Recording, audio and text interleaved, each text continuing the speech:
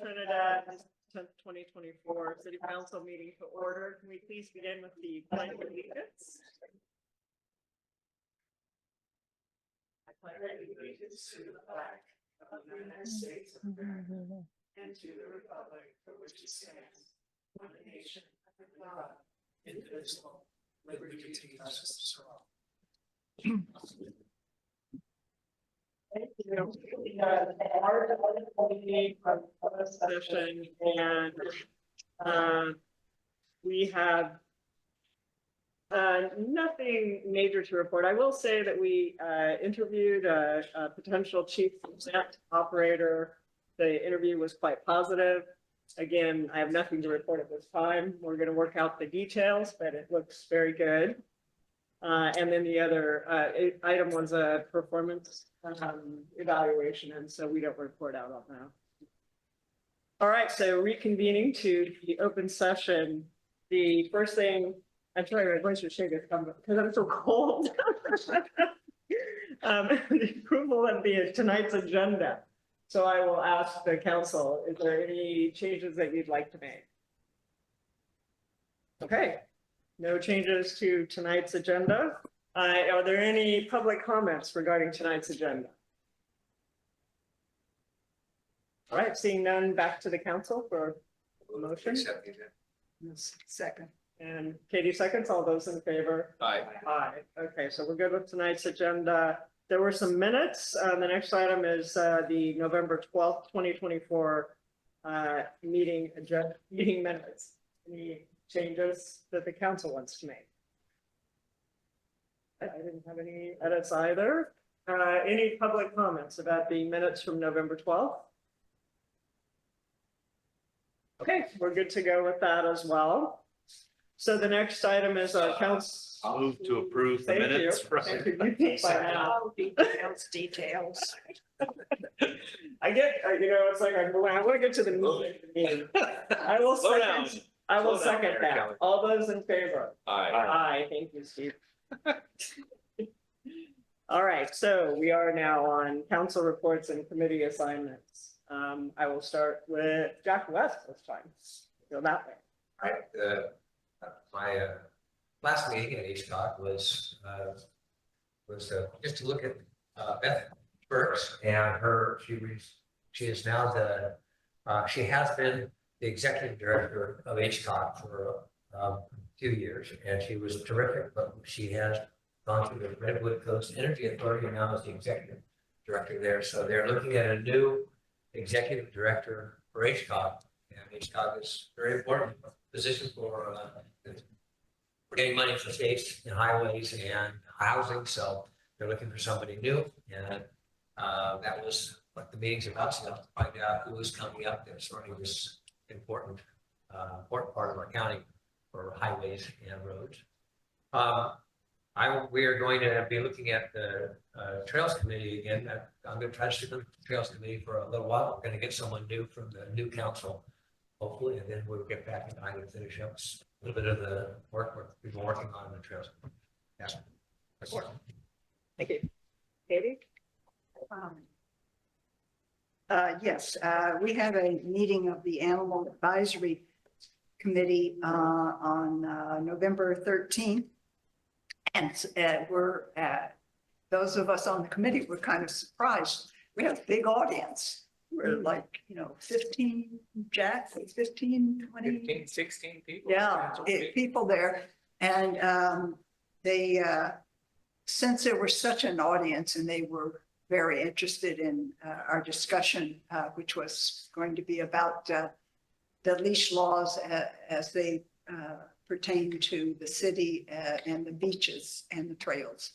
So we decided that we would do a very loose format, and so there was just a lot of give and take. The public committee comments were really all about the people who go down to the beach practically every day with their dogs and like the atmosphere there and don't feel that it's a problem. And we're very much against changing to a strict leash law down on the beach. Now, we had some public comments, which were read into the report of people who do want all the dogs on the beach leashed. But the committee came up with a bunch of good ideas, like having QR codes or instructions for how to report aggressive dogs, so that, you know, that the problem is aggressive dogs. So so those ideas were brought up. There was also things about several people had electronic leashes, and you know, thought that those were good. The committee decided unanimously to make 2 recommendations to this council. Even though there wasn't unanimity, there was a preponderance. And we said that we would like to recommend that Trinidad State Beach require aggressive dogs to be leashed. Now, of course, that raises the question, how do you require, how do you make that so? But nonetheless, we would like to propose to the city council that aggressive dogs are required to be leashed on the beaches, and the same on the trails. The next meeting will continue the discussion about ordinance changes dealing with primarily aggressive dogs and also nuisance dogs. There was no decision made about renewing the signage. We're going to have to discuss that some more. Several people said, you put up new signs down there, we're just going to paper them over as soon as we get a chance. So we're going to discuss it some more. So you know, I think on the committee, we'll also continue to discuss what to do about the difference of opinion about leashing. Leashing in the city is already, you know, pretty well done. Not every single person, but it's pretty well done.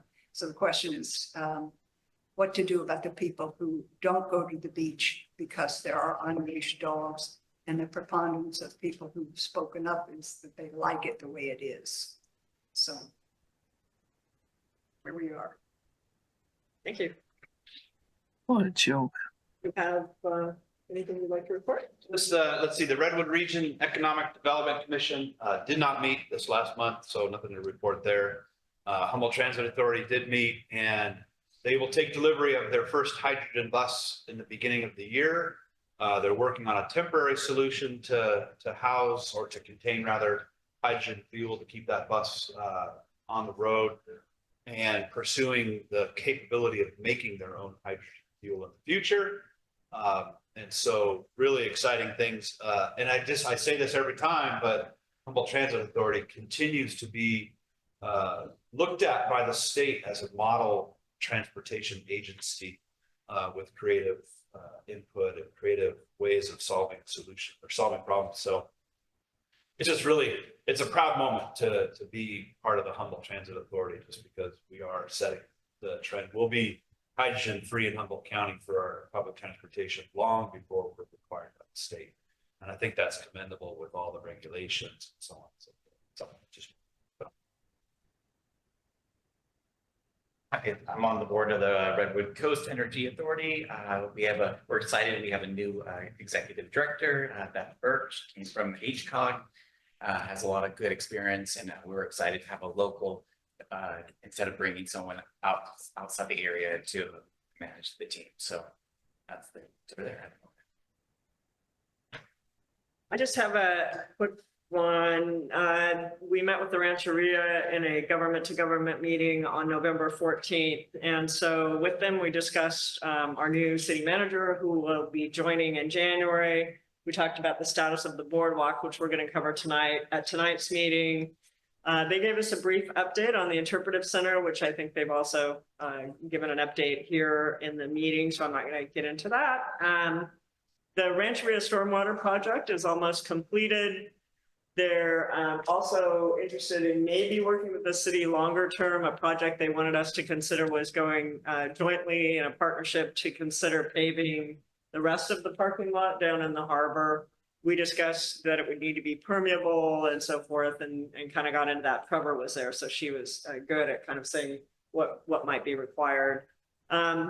We did discuss the trails. We discussed the Glendo, and the fact that the city council had requested staff develop plans for closure years ago. The Rancheria is somewhat neutral on that closure. We did talk about Van Wyck Trail. They're okay with opening that. We talked about Axel Lindgren.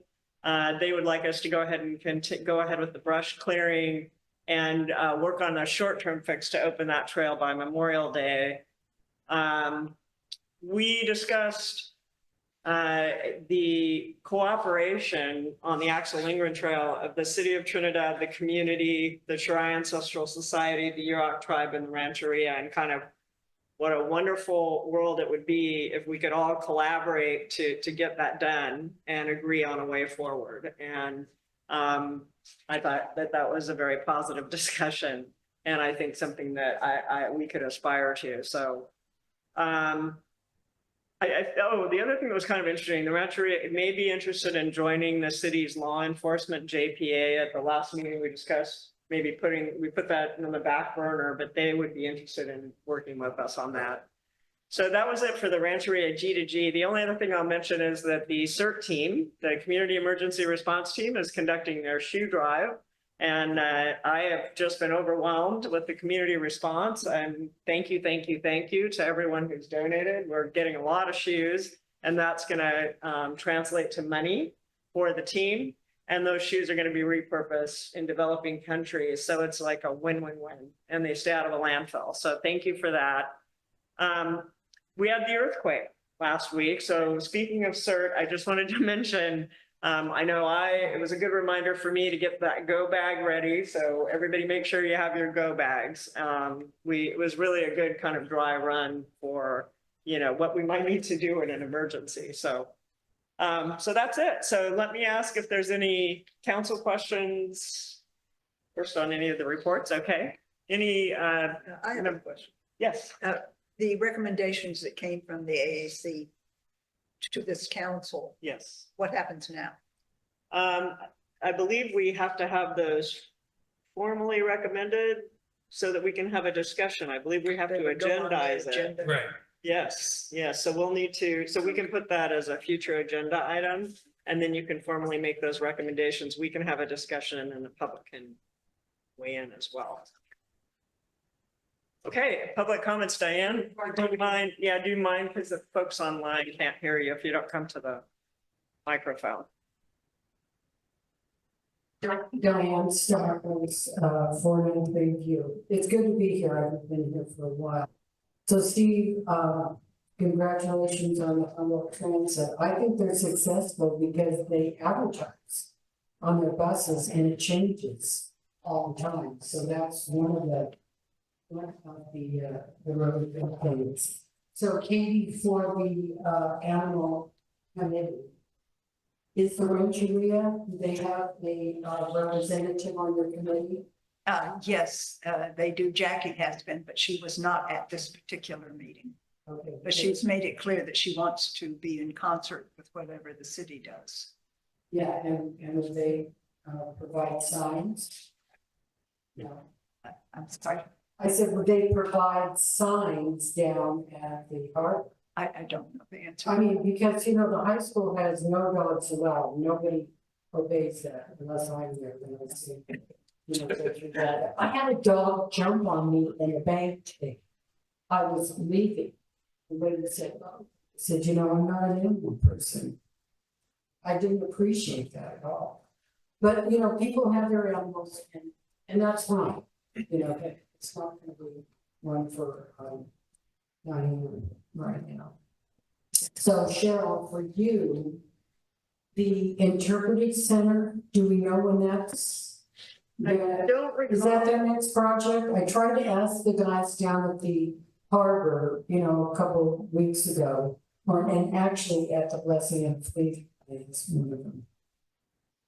So we talked about real estate component of that, which is the little I guess you call it a triangle of land that will be, and so that's kind of closed session kind of talk in terms of how we would structure that. But the timeline, Robert's on the phone, maybe Robert can comment, or Eli, maybe you remember, I don't remember an exact timeline. Yeah, I mean, we do have to resolve the real estate Yeah. issue first, and then, then they can proceed.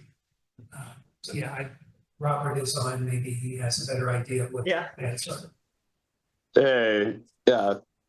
Yes, we don't have an exact timeline at this point. I think we're still working in partnership, trying to find that pathway forward with the small easement deal there. That was the closed session discussion, and then go from there. At this time, that's where we're at for what we're willing to discuss. Okay, so Robert, how about some arrows down at the harbor? So the traffic knows what way to go. So currently, I believe there is directional signage during the construction period, right? And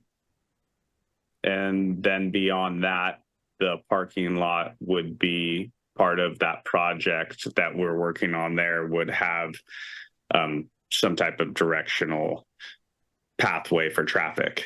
But at this point, I believe there was directional signage when I was down there prior week ago or so, right? Yes, but in the summer, it gets really crazy because the tourists don't know the route. And Right. Yeah, I think by the time summer comes, they won't be working on a stormwater project or anything, and that parking lot would be restriped by that point, I would imagine, right? It looks very nice down there, all the landscaping, and then with the Civic Club's hard work on the Memorial Lighthouse with the Rancheria. I mean, what place we live in, we're lucky.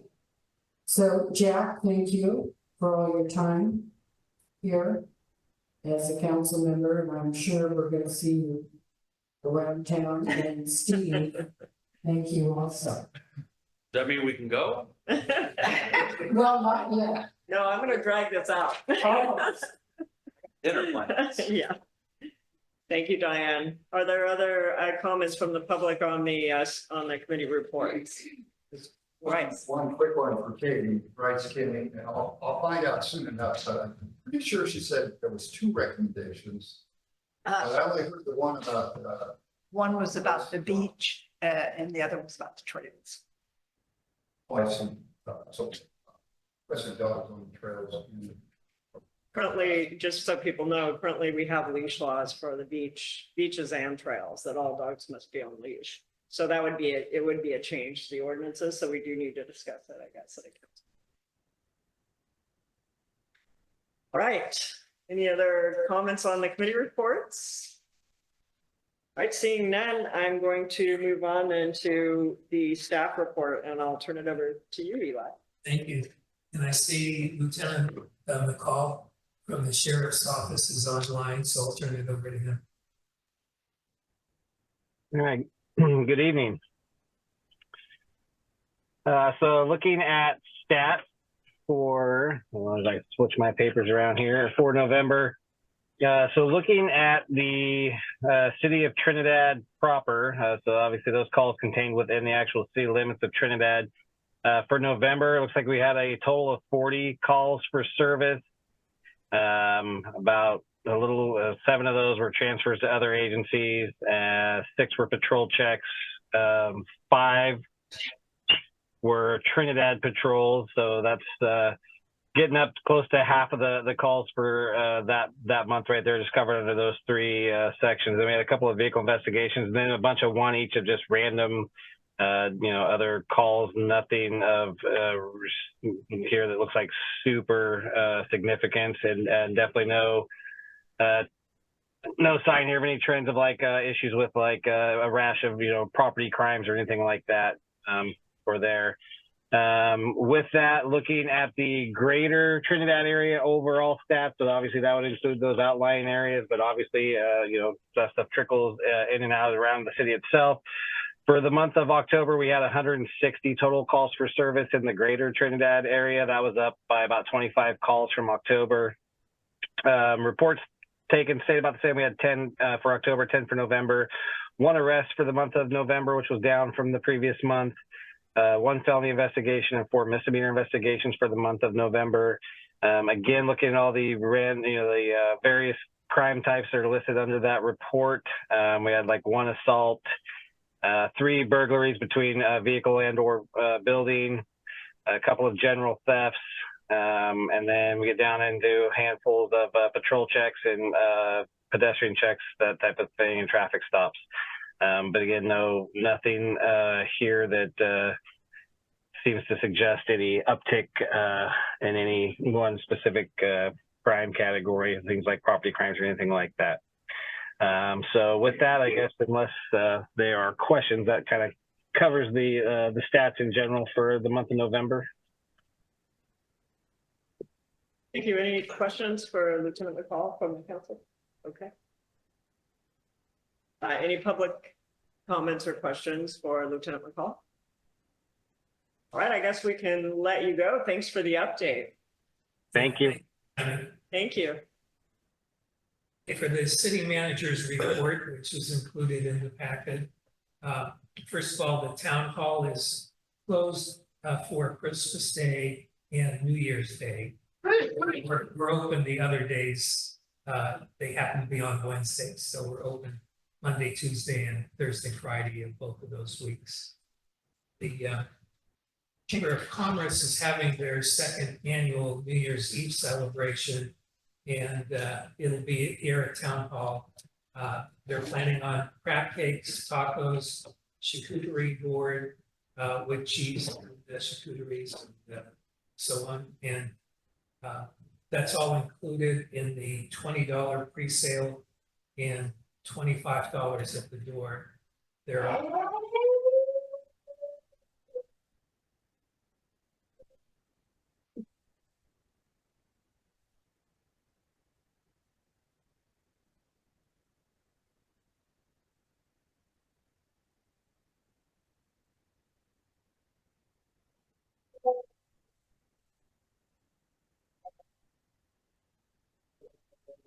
He's very excited about that event. yeah, exactly. There are announcements for the New Year's Eve celebration. So I did want to note also that a band, they're still putting together the band and the DJ. Both of those will be provided in the cost. The only thing that's not provided would be alcoholic drinks. The water tank and pipeline project, the tank manufacturer has been delivering materials to construct a 250,000 gallon tank. It's a stainless steel water tank, and they started putting that together. We're asking water customers to conserve water until March. Hopefully it'll be done before, but just in case. And the reason is because we currently have one 150,000 gallon redwood tank that we're relying on for water for the city and the surrounding area. So all of our water customers. Also in the report, I did give a little bit of a timeline as far as things that happened at the power, with a power surge at the water treatment plant. That happened on November 20th. And then the following days, there was quite a bit of repercussions from all of that, where we had to have not only dealing with PG&E, but also AT&T and Optimum and Cummings, who provides the generator, and so on. So it was a ripple effect, and it really kept all of our staff busy for those ultimately a 5-day period. Also, we are reaching out to both PG&E and our insurance pool regarding coverage to help offset the costs of the electrical surges. So we'll see if something is available there. Additionally, the 2023 Consumer Confidence Report is available and will be it's currently available on our website. and also available at town hall. If anyone has any questions, I will be glad to help address those. I just wanted to compliment Public Works and also Gabe and Anton for the reaction to the water kind of crisis that we had there for several days, and the level of communication, and those guys were just 24/7 troubleshooting. So thank you, all of you, for helping with that. And then I did want to note also Phil Godman, who's our chief plant operator. He handles 5 different accounts. One of them is Christopher Ranch, which is in Gilroy. So he had all of the stuff he needed for Gilroy in his truck. And all of a sudden the power surge happened. So he took everything out of his truck and then redirected himself over here. So it was really important to help, address that. So between him and our staff, and of course, the people in the office, we were able to stay on top of it and deal with a whole series of repercussions from it, which was unfortunate, but on the fortunate end of it is that we had people in place dealing with it. And I think as far as the customers are concerned, they didn't skip a beat. So water was still being delivered, even though we're down to 1 tank. Yeah, and people also conserved. I mean, we definitely saw water usage go down. So, thanks to everybody who, I was getting texts that like, can I take a shower now? I was like, yeah. Was it raining? Those are texts you never think you're going to receive, but it was very considerate. Are there any public comments or questions regarding the staff report? Nope. Okay, then let's move on to items from the floor. And at this time, members of the public may comment on items that are not appearing on tonight's agenda. Ms. Fleischner. Patty Fleischner, sort of representing the Trinidad Civic Club, some of my wonderful colleagues over there. The Trinidad Civic Club is exceedingly grateful for our symbiotic relationship with the city of Trinidad. We couldn't function very well without Anton and Gabe and all of you supporting us. And we wanted to particularly thank our outgoing council members, Mr. West and Mr. Ladwig. Mr. Ladwig has served for 8 years and has been our mayor and has taken care of lots of transportation duties. And I remember in his first year, he did, coffee with the mayor over at the Beachcomber, and he just made himself available on early mornings and would talk about anything with anyone. And it was a lovely idea, very close by. And you've served the community well with your work with the HTA and water committees and everything you've done, Steve. We're very, very grateful. And also for your ringing the bell at the annual memorial ceremony, important mayoral duty. And for Mr. West, of course, he has an in with the Trinidad Civic Club co-president. They sleep together. And Jack is an honorary member of the Civic Club, along with Gabe and Anton, and does sometimes his duties for the city and the Civic Club are interchangeable for putting on lights. Important city duty, also an important Civic Club duty. We're very grateful for both of you and all the work you've done for 12 years as Mayor Pro Tem, and you have wonderful attitude and always include all of us noisy folks in the audience and treat us with consideration and kindness, and work with the tribes and the Cherry Ancestral Society and the roads and the water leaks and the water rates and the taxes and the budgets and the stormwater projects and the traffic calming. And of course, you do all this for an enormous salary. We're really grateful for your public service. We couldn't function as a city without our city council being so agreeable to giving themselves to our community. And I think for those of us who aren't able to run for office in the city, it's, I don't know, I'm especially appreciative of all your work because it's thankless and lots of work reading all those packets every month.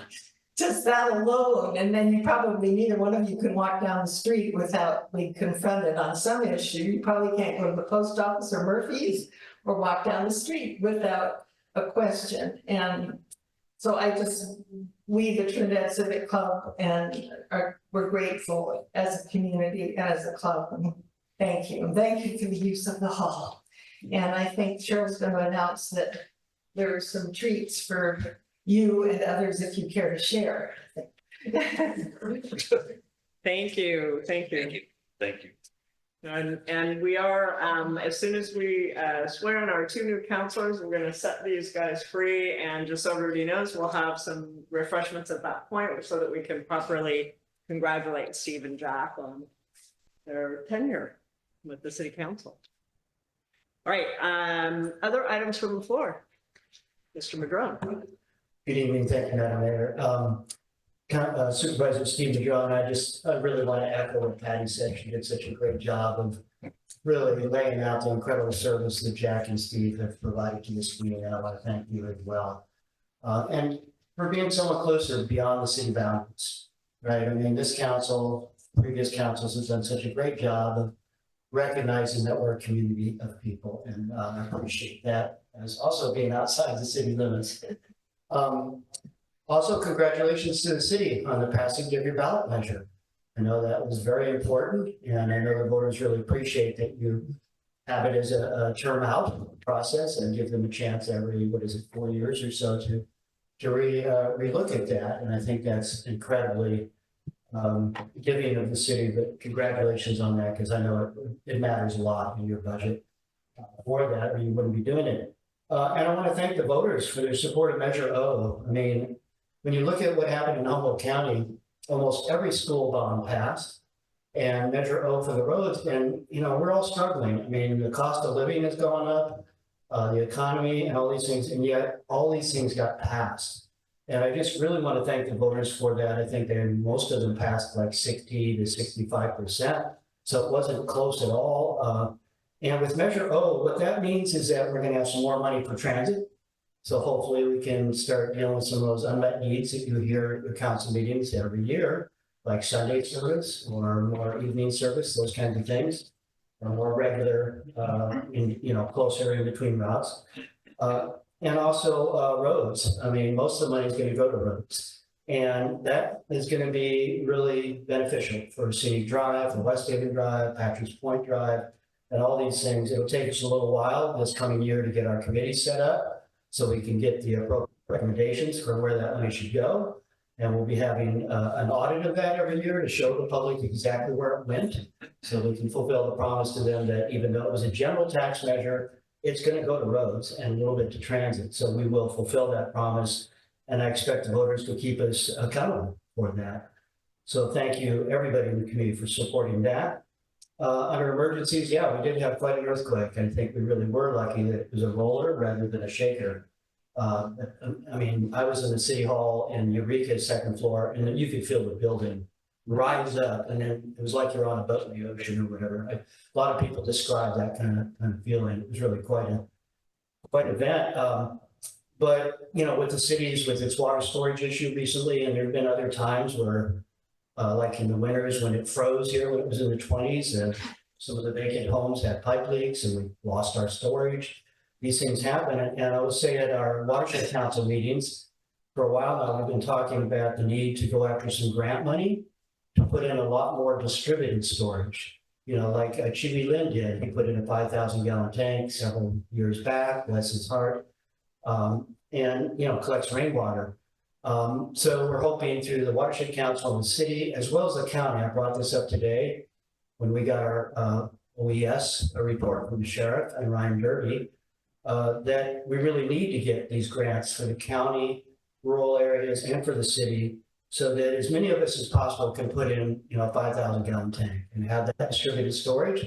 Imagine how that could also help with water supply when you have a problem with your main system, as well as having a fire nozzle on it so that when somebody comes for the fire, they have a quick refill opportunity because there's only so much water in the water tender, things like that. There was a house that burned to the ground on Patrick's Point Drive very recently, and there's no fire hydrants that far up, right?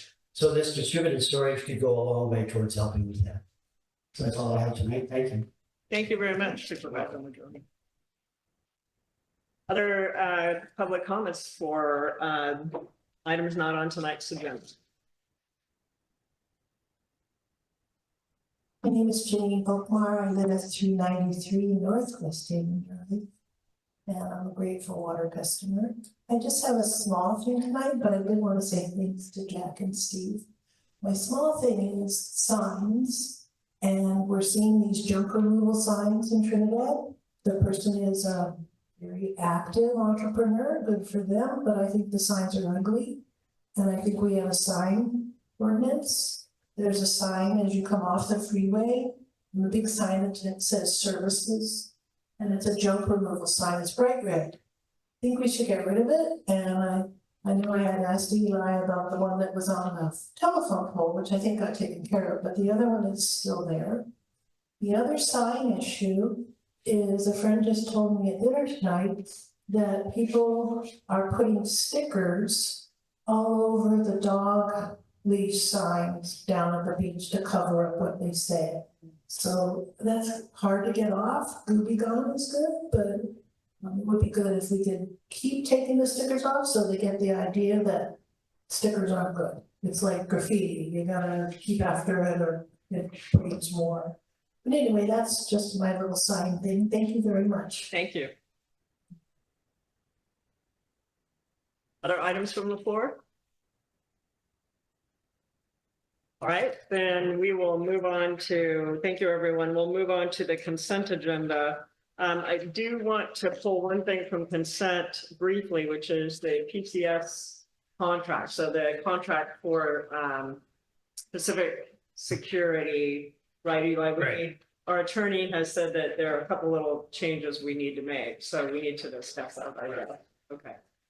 So we'll just, if you guys are amenable, we can maybe do that as item 1 just to get that out of the way, because I think it's going to be quick. Any public comments about pulling any items from consent or disagreement with what I just said? Okay, then we're back to the council. Is there a move to approve? Move to approve consent, moving item number 5 to the first item for discussion action. Thank you. I'll second. Okay, and all those in favor? Aye. All right, thanks. Competition for second last chance. Yeah. All right, so item number 1 then is the PCS contract, Eli. There were a couple of changes that the attorney recommended. Right.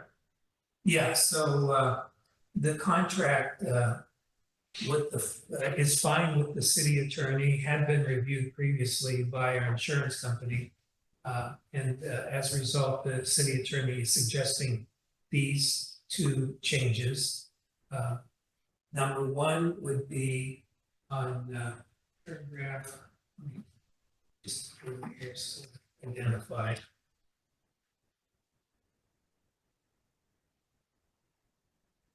So this would be under the limitation of liability section, which is page number 6 of the document. And the second paragraph, he suggested or recommends removing the words purely economic loss. So but not intended to loss of profit, purely economic loss, loss of income. So removing purely economic loss. And then the second thing that he suggested is the 4th paragraph on page 6, which is notification limits for claims.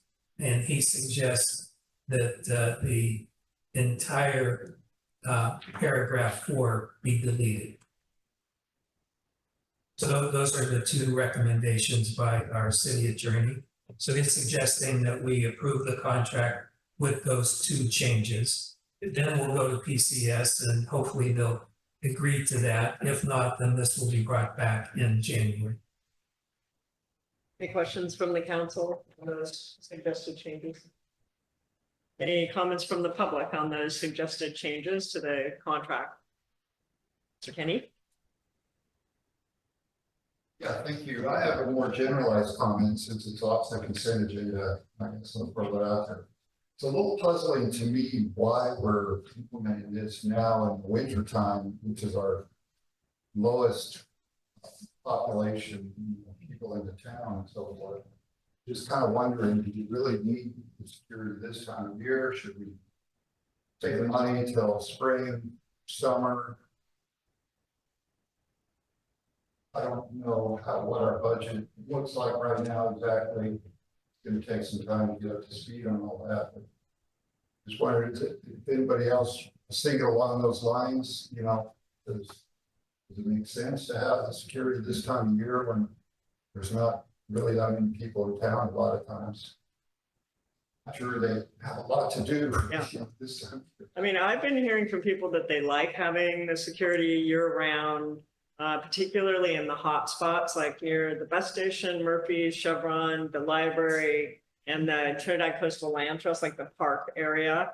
I've also seen, I'll just say empirically, I've seen more kind of transient unhoused kind of people parking in the park and ride in that area, and Pacific Security keeps a really good eye on that. I think the other thing we would need to consider is whether they would accept an agreement that was only for summer, because they have to, you know, kind of make it a profitable venture. Sure. And that's just my thoughts. I don't know if the council or Eli, if you want to. Yeah, well, I could weigh in also.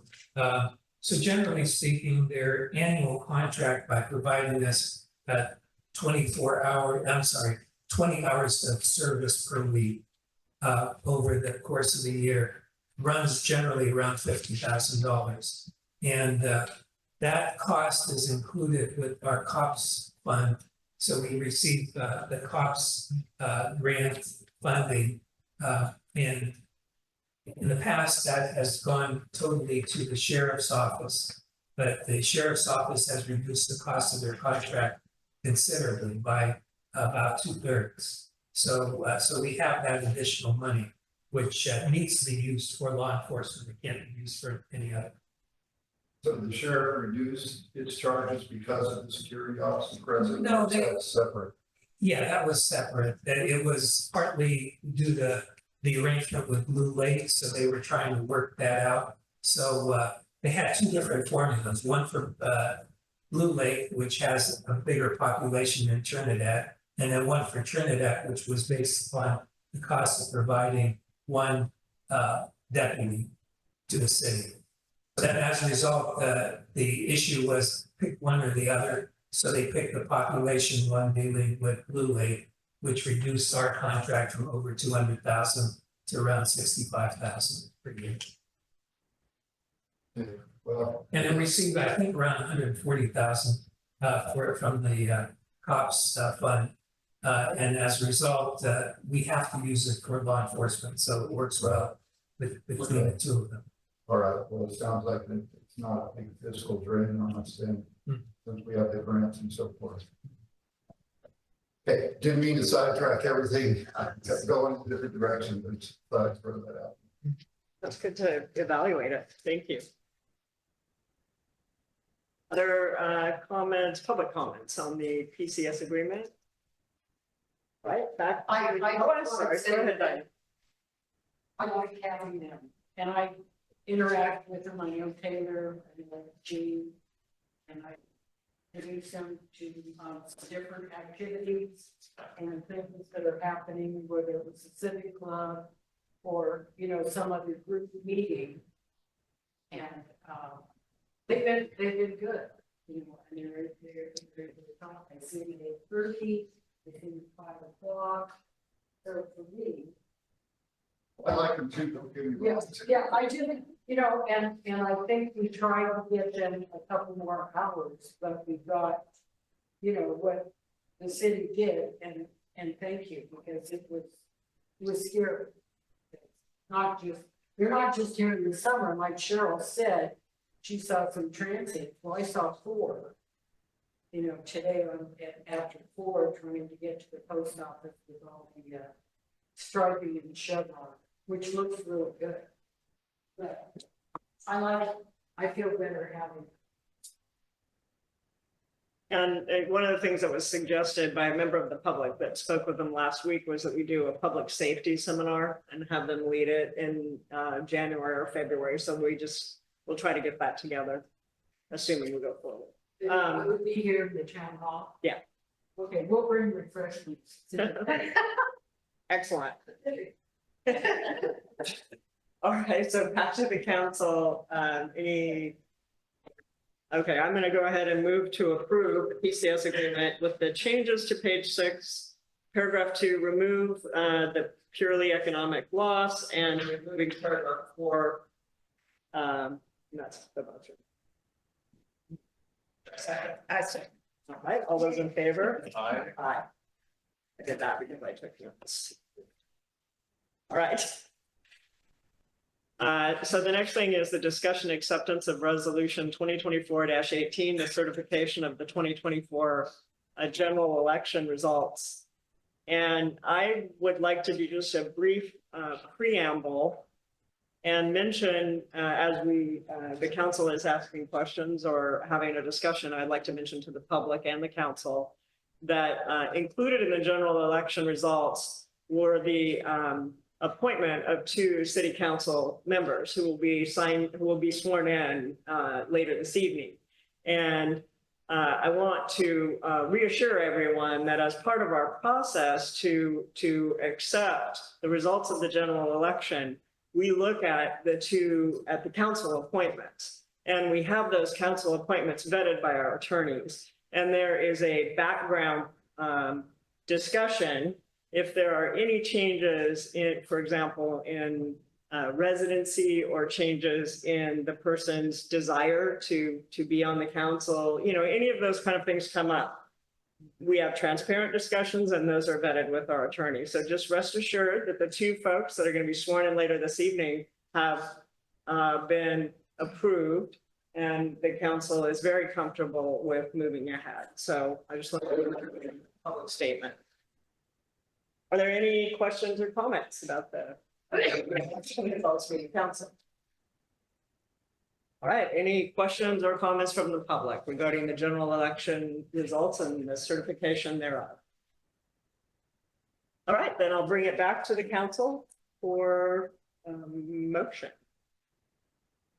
Move to approve resolution 2024-18, certification of the election. Second. Good, all those in favor? Aye. All right, thank you. So that brings us then to the second agenda item. I'm very excited to swear in and seat our newly elected council members. And I'm, for that, going to turn it over to staff, to Gabe. One of my favorite parts of the job. Yeah. Great 2 years. Yeah, this will be fun. To go through the oath of affirmation, which is basically the oath of allegiance that all council members, as per government code and board supervisors, take to where they're sworn to do. So I think what we should probably do, I'll ask Ms. Morella and Mr. Kinney to step up over here under the light so Ms. Fletcher can take some good pictures. And everybody, Do you have a photographer? Because I have my. yeah, turn the camera. I can just. The folks on Zoom can see us.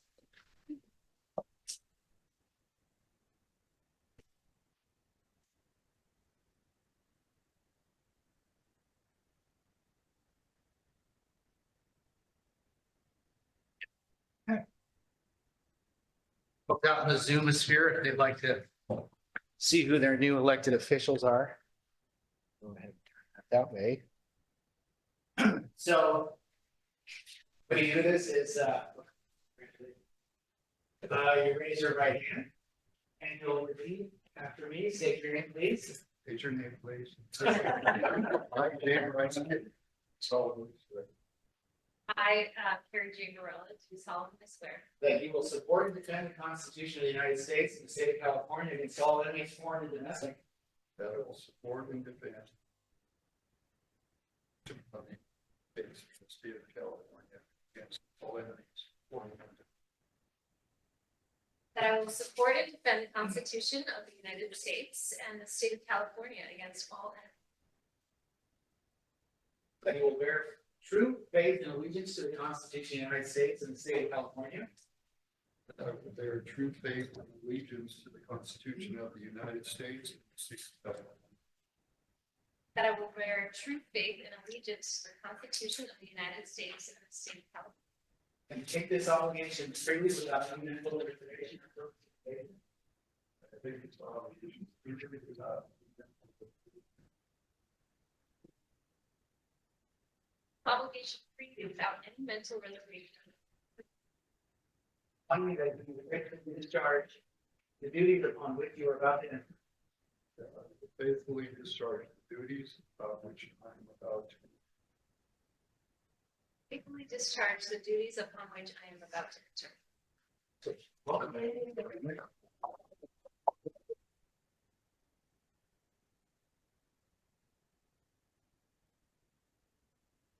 Yeah.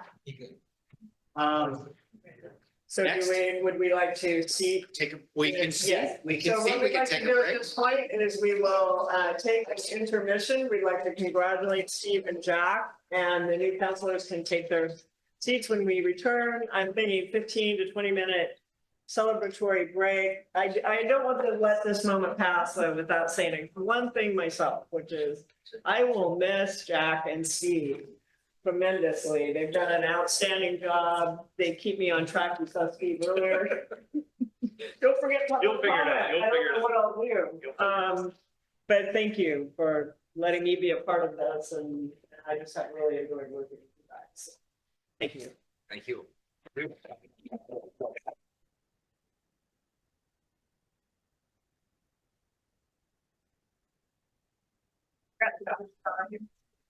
It's so nice of you.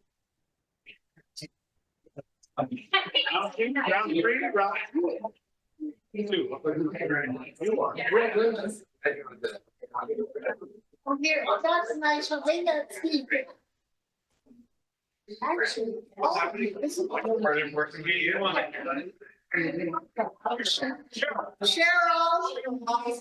Cheryl. Here, Kelly.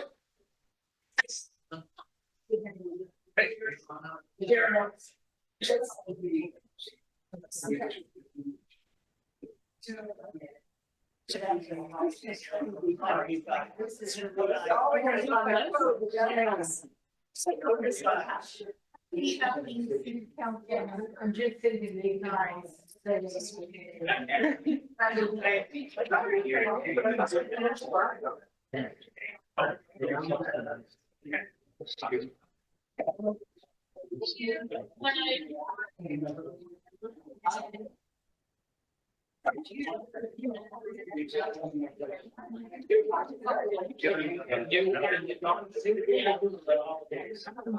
And that any unpronounced release to be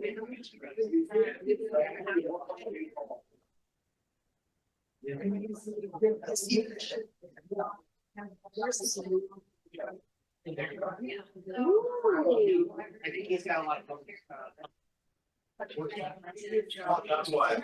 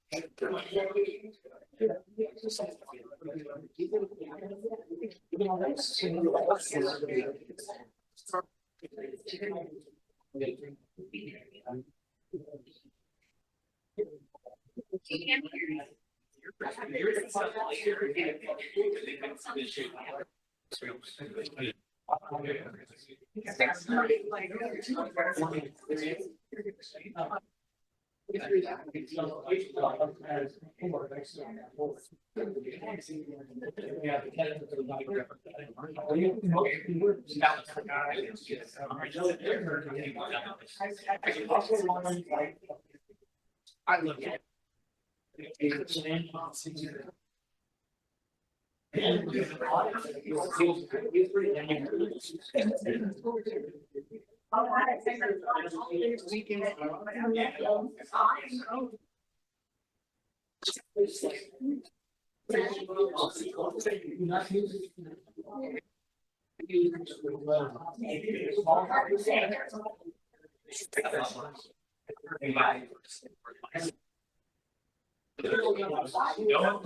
Minded, and I guess somebody. Oh, she is.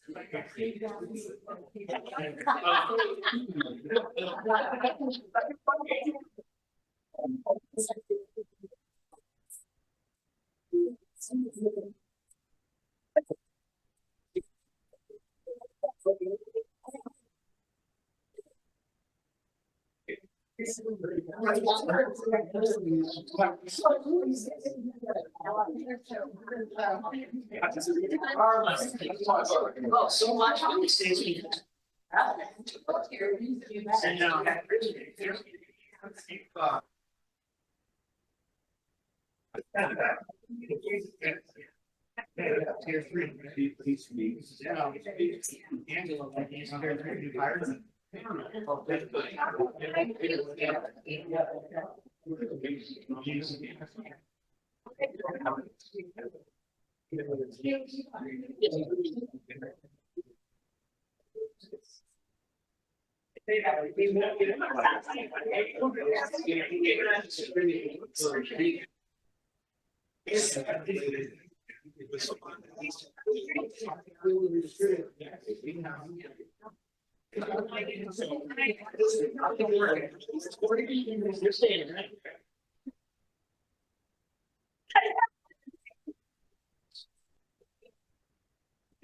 It's good. It's turned over. It looks like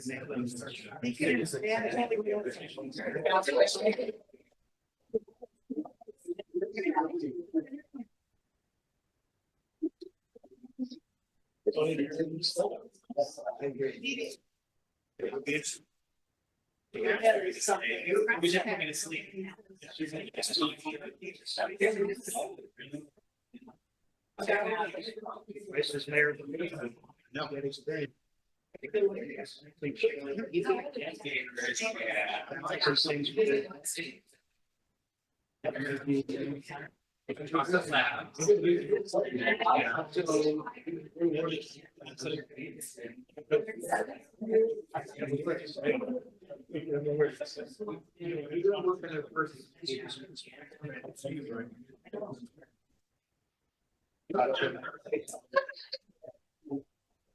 And even say, you get tagged, there's a lot of different things available.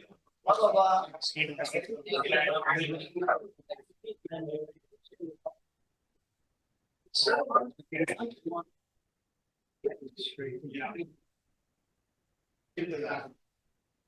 You get like some kind of. It's just.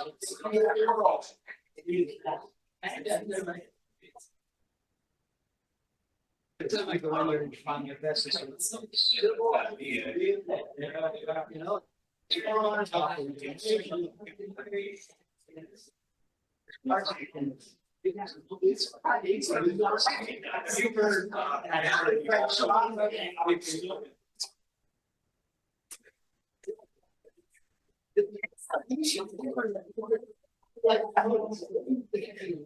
Let us just.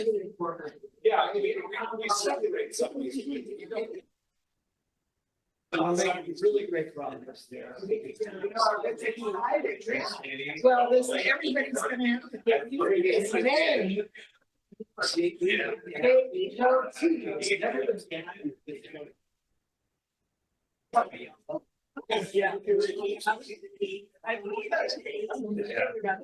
Yeah.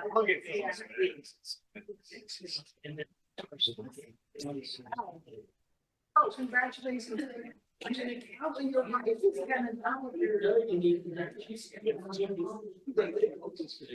think the whole world is like.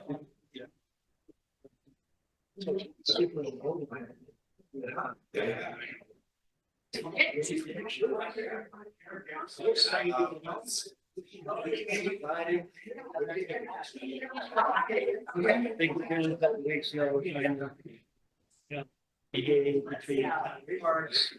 to put in some peon residents in cabins, and you look at one of the. All arms with the solution to bring them all back. It's up to you to walk into the second sanitary. Don't be big around you. That's part of behavior.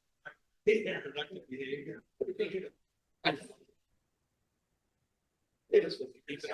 Yeah, yeah. And you're 2 years. 2 years. They get 2 months. Well, awesome person. Awesome person.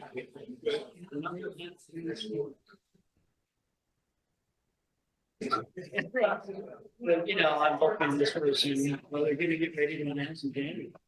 Because early is your only chance of having one. I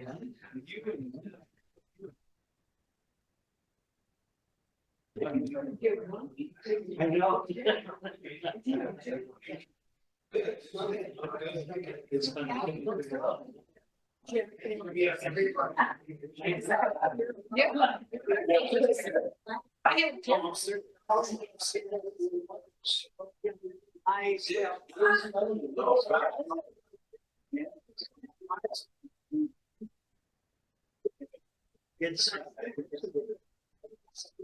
It's same with second term, but it's like a publication.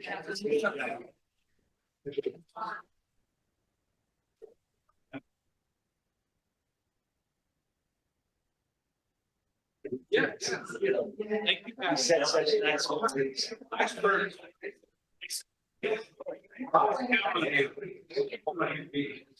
And now it's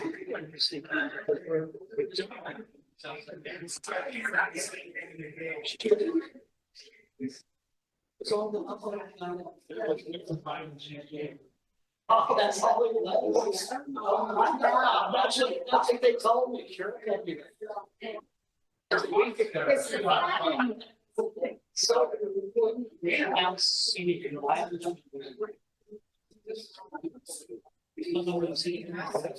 Yeah. I'm glad to hear that. Okay. Yeah.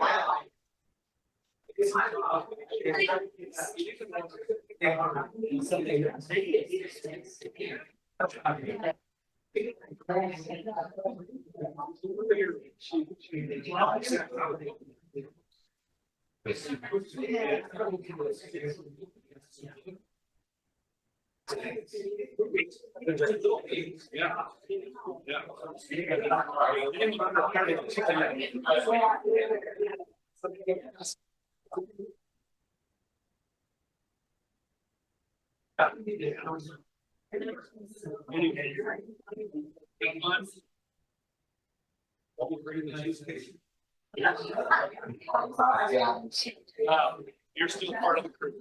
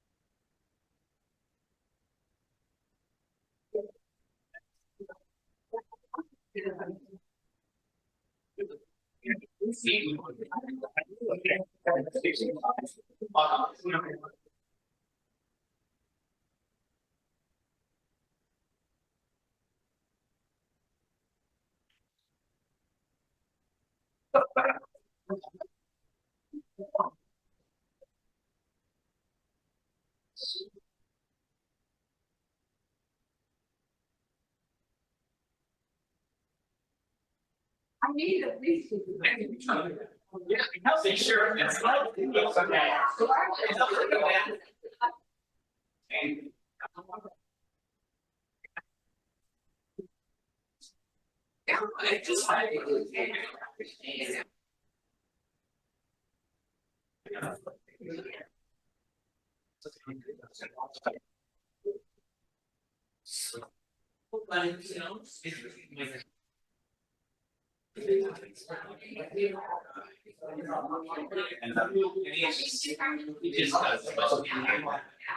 yeah, I just.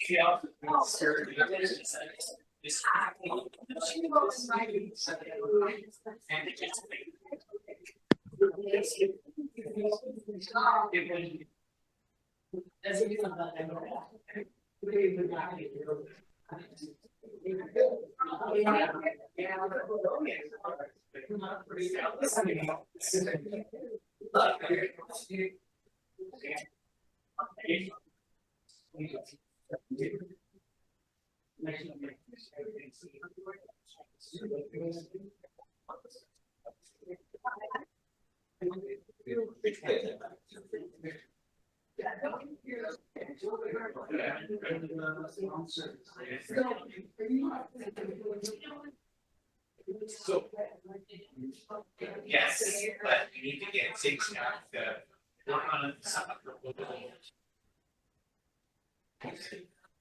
If you want there, they need creative to improve it. We did what we did with last.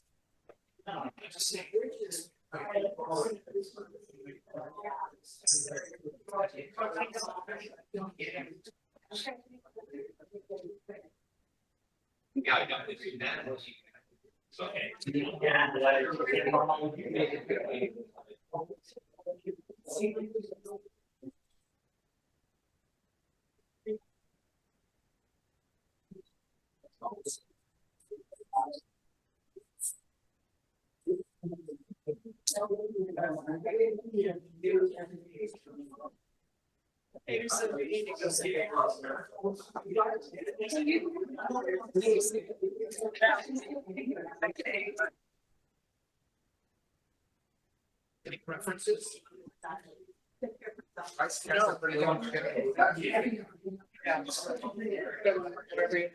Close to.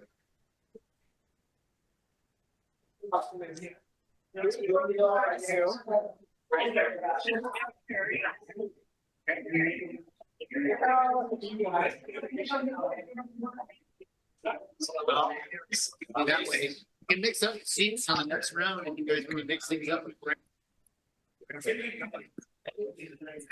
You guys. Set up next time. Mix Jack. Let you guys. I like where I'm sitting now. Yeah, no, you're in good spot. So right there, so. That's why sometimes people say I can't.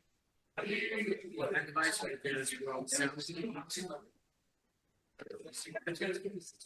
Closer, more of the clearer you are. Zoom this in. Okay. I know. I was like, like, hey, sorry.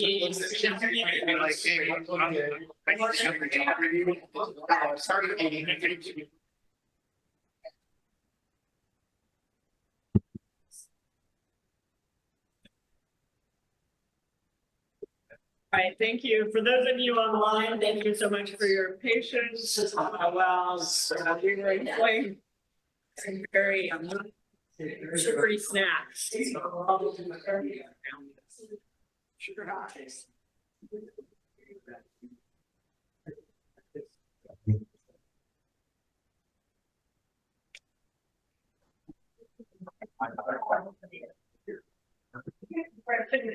Thank you, Jack. The council has his troublemakers. Oh, it's the same. Yes. Locks up. And then you were there for how many? Oh. I think that's the same. Right, welcome our new council members, Carrie and Bryce. And our next item on tonight's agenda is selection of mayor and mayor pro tem. Eli, do you want to just go through this or? Yeah, I can just finish a little bit and then I'll ask Dave if he wants to weigh in on something. But so both the positions of mayor and mayor pro tem are held for a 2-year period. And the mayor and the mayor pro tem and all the council members, they are equal as far as, their authority on the council. The council functions as a body, so you need all 5 and you need at least 3, which is a quorum majority, in order to make some kind of proclamation. So individually, whether it's mayor, mayor pro tem, or council member, you can't go ahead and set policy. It's up to the body as a whole to set policy. So the mayor pro tem would step in to assist the mayor as needed. And the responsibilities end up usually being more ceremonial, where, you represent the city as mayor or mayor pro tem at different events. Beyond that, all of the council members will be serving on committees. And that'll be happening, I believe, in January, where we'll go through the list. So that's basically it. I don't know if there's anything else, Dave. Okay. No, you. Okay, so let's open for discussion. Are there, I guess first I'll ask if there are any councilors who would like to be mayor or mayor pro tem. And What are the responsibilities of the mayor pro tem? do you want to go through that, Eli? Yeah, it's basically mostly serving as a council member, but beyond that, Jack could probably have said it real well because he's been mayor pro tem for quite a while. So like I said, the mayor is the ceremonial and then the mayor pro tem backs up the mayor. So the mayor leads the meetings. And if the mayor is not present, then the mayor pro tem would lead the meeting. And then again, if the mayor can't attend some event, then the mayor pro tem would attend that event. Whether it's a committee meeting or some kind of a ceremonial thing. But other than that, then that's the bulk that I could think of. I have a question. What I've noticed with the mayor, observing Mayor Kelly do her thing, is that she spends a lot of time sitting with the city manager and getting things together. I mean, That's a good point. That's a good point. Yeah, the way we structured it during the time that I've been here is we call it an agenda review committee, and we meet weekly, and then we talk about agenda items with the mayor and the mayor pro tem and myself. So the three members, meet weekly. So that's an additional thing that the mayor pro tem would do. What day is that? It's on Monday mornings. Usually we've been doing them at 10 o'clock.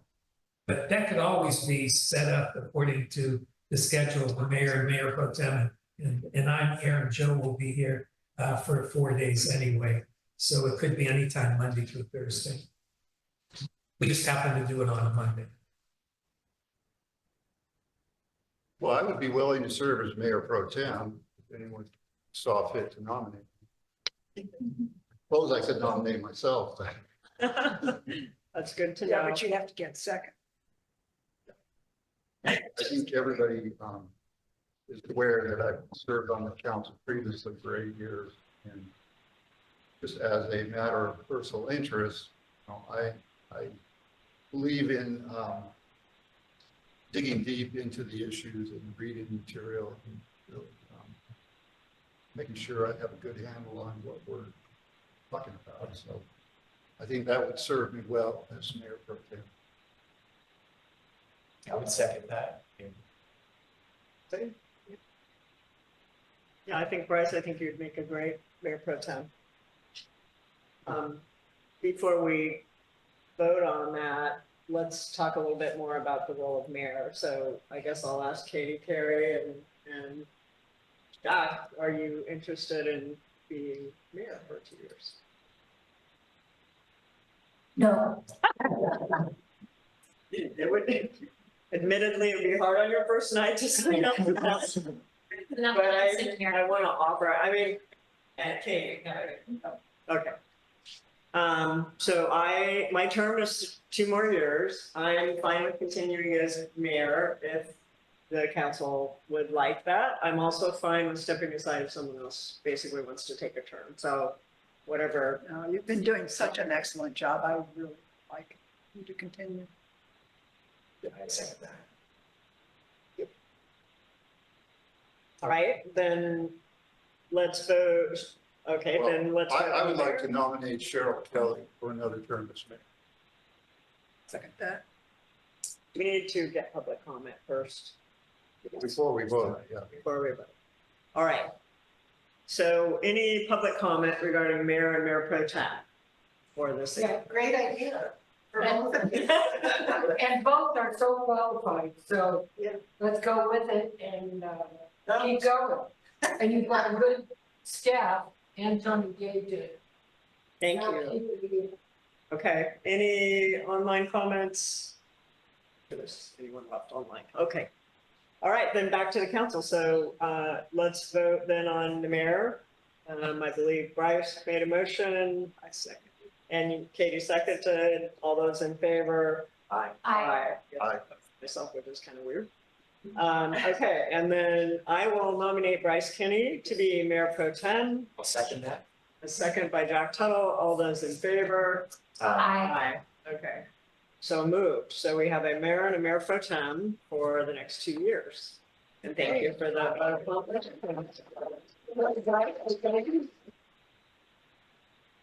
All right. The next discussion item is the discussion decision regarding the Van Wyck Trail proposal. And I will turn that over to Eli for the intro of what this proposal entails. Great, thank you. So, excuse me, I've been here for over 5.5 years, and definitely 5 years of those have been dealing with the Van Wyck Trail.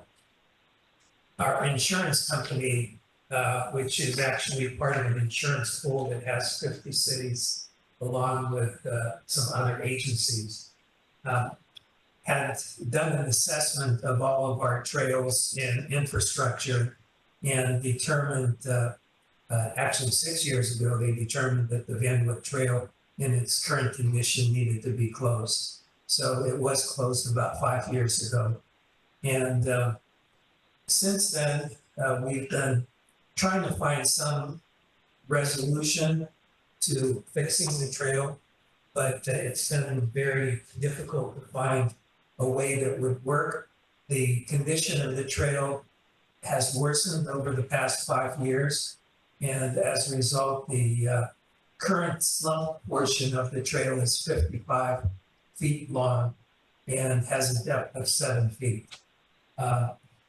One of the house tenants near the trail had on a number of occasions witnessed children walking by there where they were losing their footing because of the condition of the trail. Recently, looking at the trail, it looks halfway decent, and the western portion of it is the portion where the land sort of gives way when you're walking. So we had the insurance pool representative come back and look at the trail. And from his observations, he felt that we could technically reopen it, but he didn't want it called as a trail because we would not have insurance immunity from liability if it was reopened in its condition. And we tried to find some resolution where it could be opened, but we couldn't find a way, partly because of trying to get consensus, and partly because of the condition of the trail, especially on the western portion of it, where the dirt sort of moves every time you step on it. It gives there's some movement in the soil. And over time, who knows, Mother Nature may end up with further erosion, and then it might not be able to even go across that area. We also looked at getting it upslope as an option, but in order to get it upslope, we had to get some buy-in from the neighbors, and the neighbors wanted to have the Chura Ancestral Society, basically say that yes, they would be in favor of having an upslope path there. For a while there, we were talking about what would be considered a goat trail, and it was mentioned with the Chura Ancestral Society, but after the property owners had talked to them, they couldn't get consensus from the Ancestral Society, so therefore they were opposed to having an upslope trail. So in talking with the insurance representative, and this is my wording here, recently visited the trail, informed the city that if the failed retaining wall is removed, then the trail closed sign can be replaced with a beware unstable ground sign. So initially he talked about taking where the retaining wall is and then just cutting it right to its base.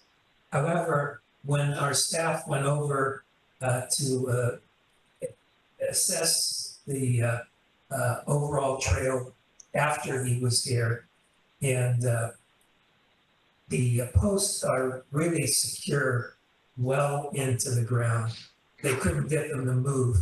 And as a result, since these posts were secure, we thought if we could just change the railing, replace the failed portions of the railing and just put in some new redwood boards. So we posed that to the insurance representative, and he felt that that would be adequate and would keep the trail immunity for the city in place. But again, he suggested that in order to have that trail immunity, that we just have the sign without saying that it is a trail. Currently, it says trail closed. So by having a sign, we're suggesting saying beware unstable ground ahead, that we would keep the existing posts, that we would replace the railing with new redwood boards, and therefore the current trail closure, temporary trail closure is extending to December 22nd. So we just let that expire. And then we have the trail now just basically reopened, but again, cautioning the public, beware unstable ground ahead. In addition to that, I mentioned that there's the 8-SIP project, which is doing improvements along Edward Street. So we're making it safer for pedestrians and bicyclists to travel along Edwards. We widened the path along Edwards near the top of Edwards because it was too narrow. And as a result, we're putting in some other things to help, in addition to crosswalks, but also to try to separate that area somewhat from the travel lanes, so that ideally the cars do not get in there. And then the other thing that's being suggested is that we take and then this is in your packet with pictures. So the third picture, which is Exhibit C, shows the bench. And that bench is where we're proposing that a vista point would be created, so that people would actually be able to go down Galindo to Van Wyck and turn left on Van Wyck where the existing bench is. And that could be created as a vista point with the bench, maybe adding another bench. There's a bench picture. Maybe adding a picnic table or two, whatever the public and the council and staff think would be feasible. And then we can have that brought at a future meeting. And then the other pictures that Gabe was showing were two of the pictures, Exhibit A and Exhibit B, showing the current condition of the retaining wall with the railings having fallen down, and some are still in place, but the insurance representative had indicated some of the nails were sticking out. That's why he initially said just totally remove it. But the plan is, and he agreed to it, keep the posts because they're well secure in the ground, replace the railings, and then put up the sign saying beware unstable ground ahead. And then eventually in the future, get a vista point there, and then the improvements we have on Edwards. And hopefully the combination of all of those will help the public between the locals utilizing the area where the trail has been closed, where it no longer would be closed. And on the other hand, for the public, the new people who are visiting town, we won't be calling it a trail or directing them that way, but hopefully we can direct them to the vista point, which would be safe. Because certainly we don't want to create city liability. We're directing people to an area that's eroded and the ground is somewhat unstable, because that could create issues for the city. And we certainly have a small budget, and we want to keep that budget intact without having $1 million losses. So anyway, that's basically what I have to say. Those are the pictures Dave is showing of the current condition of the retaining. Help entertain any questions that the council or the public may have. Start with the council. Katie has a question. Yes, is your idea not to make an announcement, bandwidth non-trail open, but just let word of mouth sort of filter out to the residents? Is that? Yeah, I mean, certainly not having signage, but I mean, we could, notify the public, both on the website, and of course in public meetings, that the trail closed signs have been removed, and that the new signage saying beware, beware unstable ground ahead. Yeah. So yeah, we can notify the public that trail closed signs have been removed. We've placed beware unstable ground ahead, that we kept the existing posts, we replaced the railings, and that ideally, and making improvements on Edwards, and hoping that in the future, if the public and the council agree, to end up having a vista point where the current bench is. So this way, that gives you the full effect of that view, which that view is priceless. And a lot of people have used the Van Wyck Trail just to get that view. But we want to make sure that whoever goes down there is going to be safe and not get injured. So hopefully there's a combination. At least will proceed at their own. Right, exactly, they can.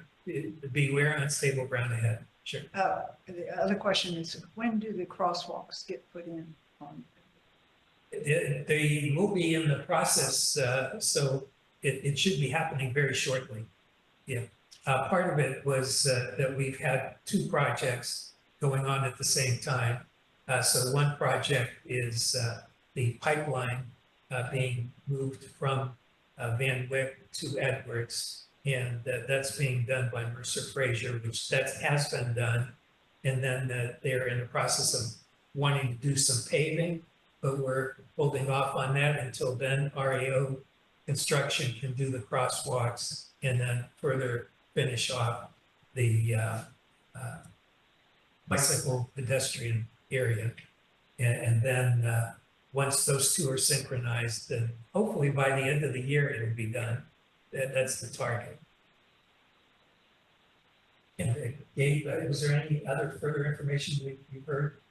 Okay. Trevor's on the line, in case you wanted to ask. Oh, okay. Oh, okay. Sorry? Gabe said Trevor's on the line in case she wants to weigh in on anything. Sorry, I thought you were going to public Yeah. comments. I wanted to make sure the council Yeah. has done it. Yeah. Trevor? Yeah, so yeah, we can go finish off with council comments. Turn it over to Trevor. Feel free to add now. I'm sorry, I didn't hear who you were referring to. Okay, so yeah, Trevor, if you have anything to add, that would be great. Otherwise, we'll finish with council comments and then turn to the public. No, I don't think I have anything to add. I'm just, wanted to make sure I'm available to answer any questions. The Coastal Commission, we've been meeting, Trevor and I, monthly with them. And the Van Wyck Trail was one of the issues that we've been addressing. In addition to the Huron management team meetings, that was also one of the issues addressed at those meetings.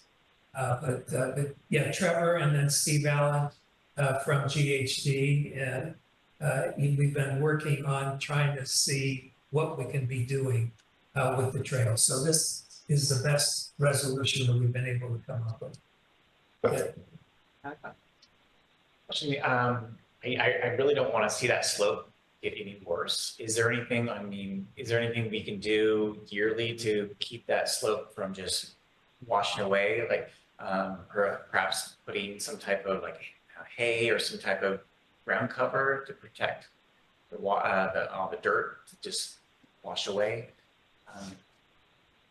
Yeah, that's a good point. I mean, we haven't thought about something like that. This is basically, we didn't want to disturb the ground because anything could exacerbate the situation by disturbing the ground.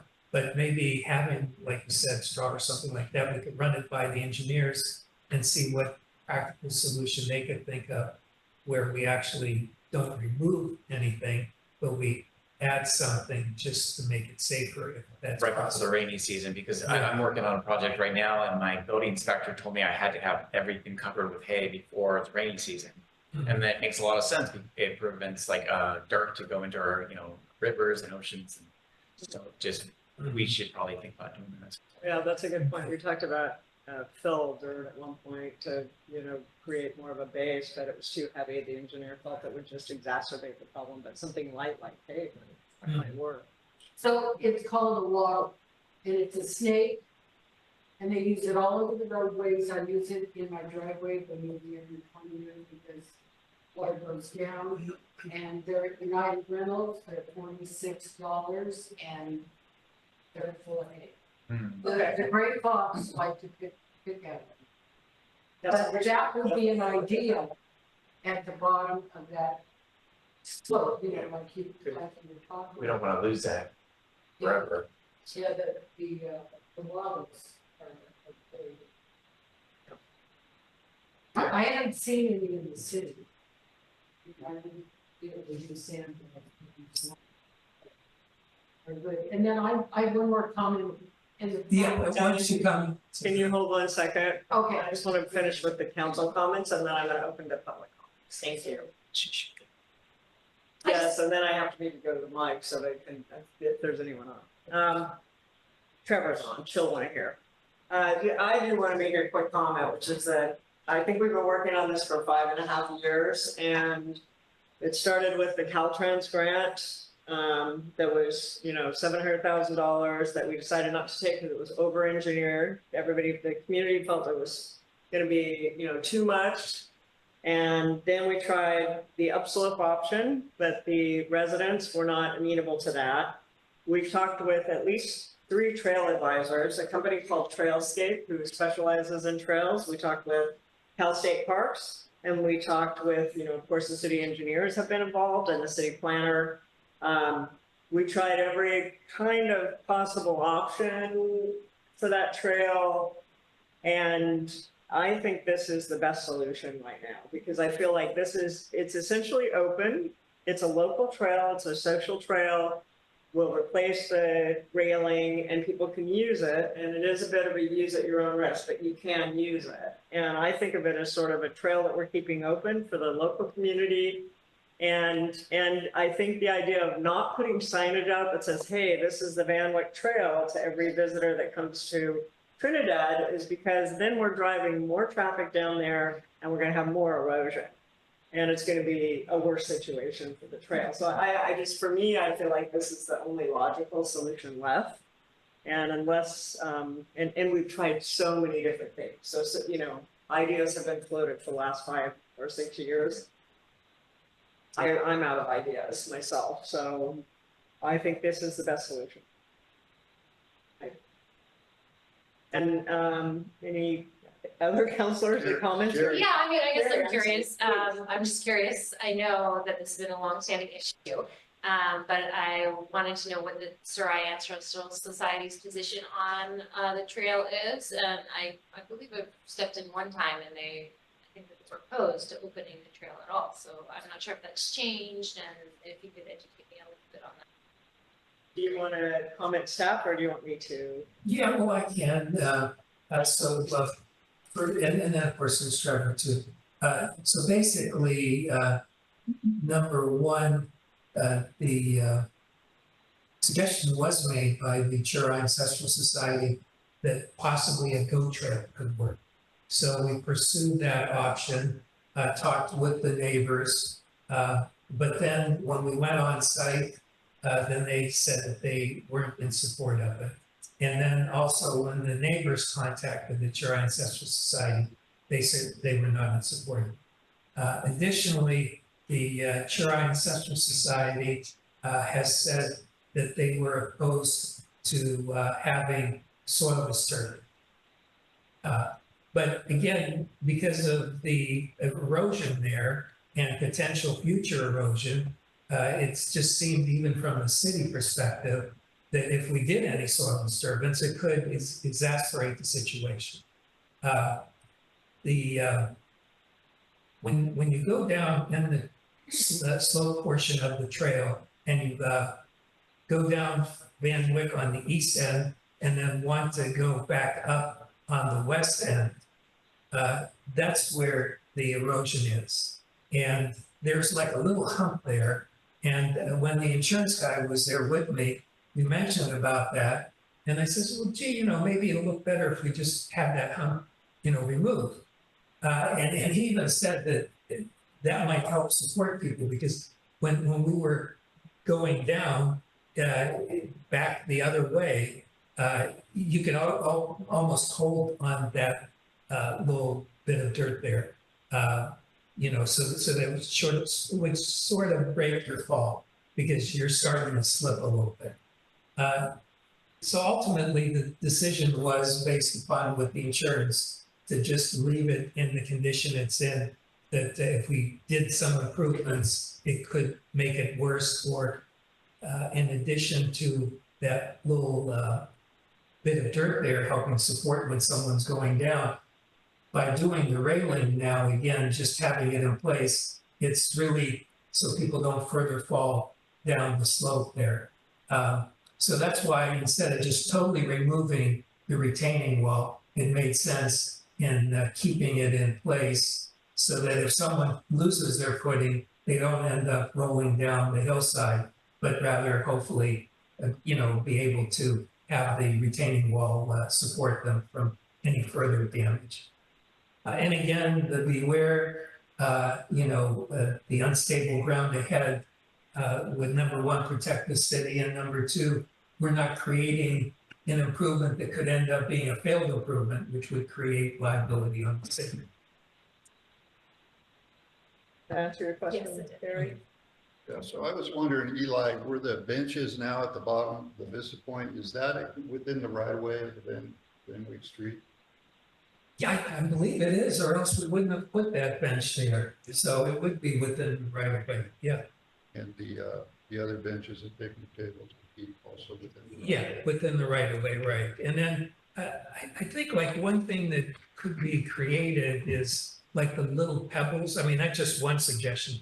But in other words, to have something that would designate what that area is, so that when people would be walking by, they'd see that this is an area that they can stand and observe, or they can sit on the bench, or they can use a picnic table. But yeah, something on the ground, see what the engineers suggest. Good. Well, my feeling is that, the Van Wyck Street was one of the original, was with the original streets that were laid out in the city of Trinidad originally.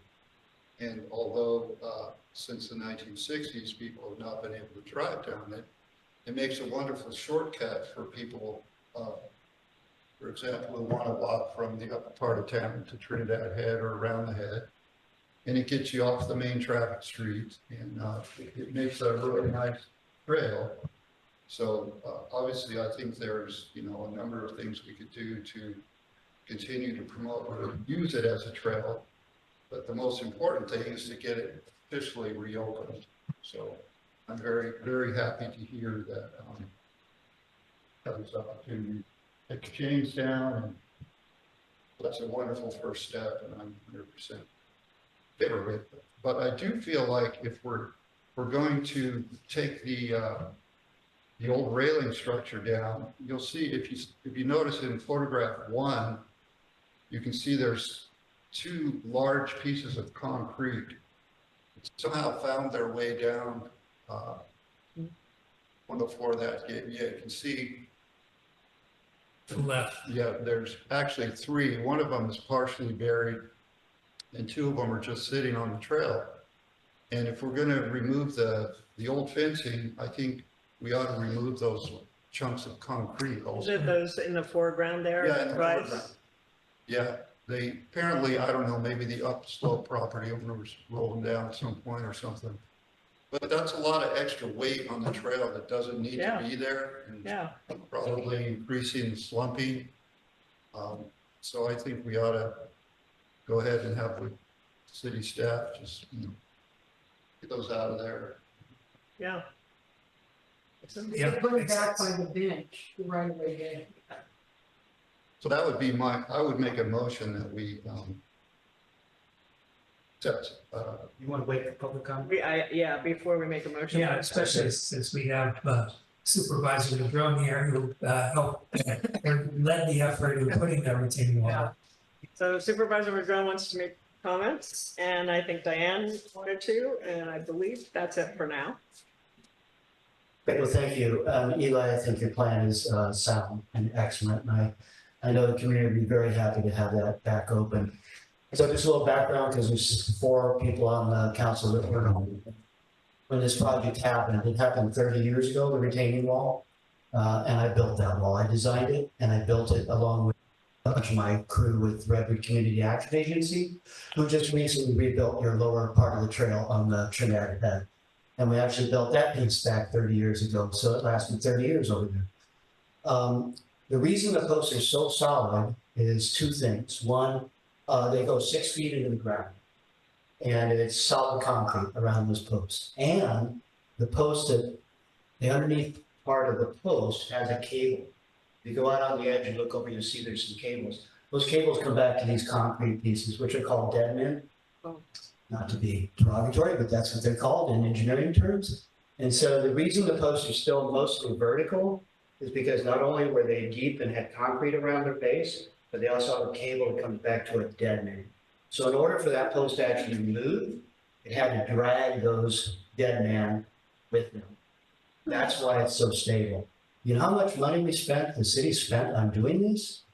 $20,000. So 30 years ago. You then say to leave them there? Is that what you're saying? I would simply dig a hole and put them back in the ground where they belong, because when we think about weight and other things, or straw or other things around erosion, the two things that are driving the slope to move are, one, a lot of water being put in the slope from leach fields, from septic tanks, because 100 years ago there wasn't that water there when the Chirai village was down below on the bluff. And the second thing is the ocean is eating away at the toe. So when you have a slope like this and you eat away the toe, then this stuff slides down immediately.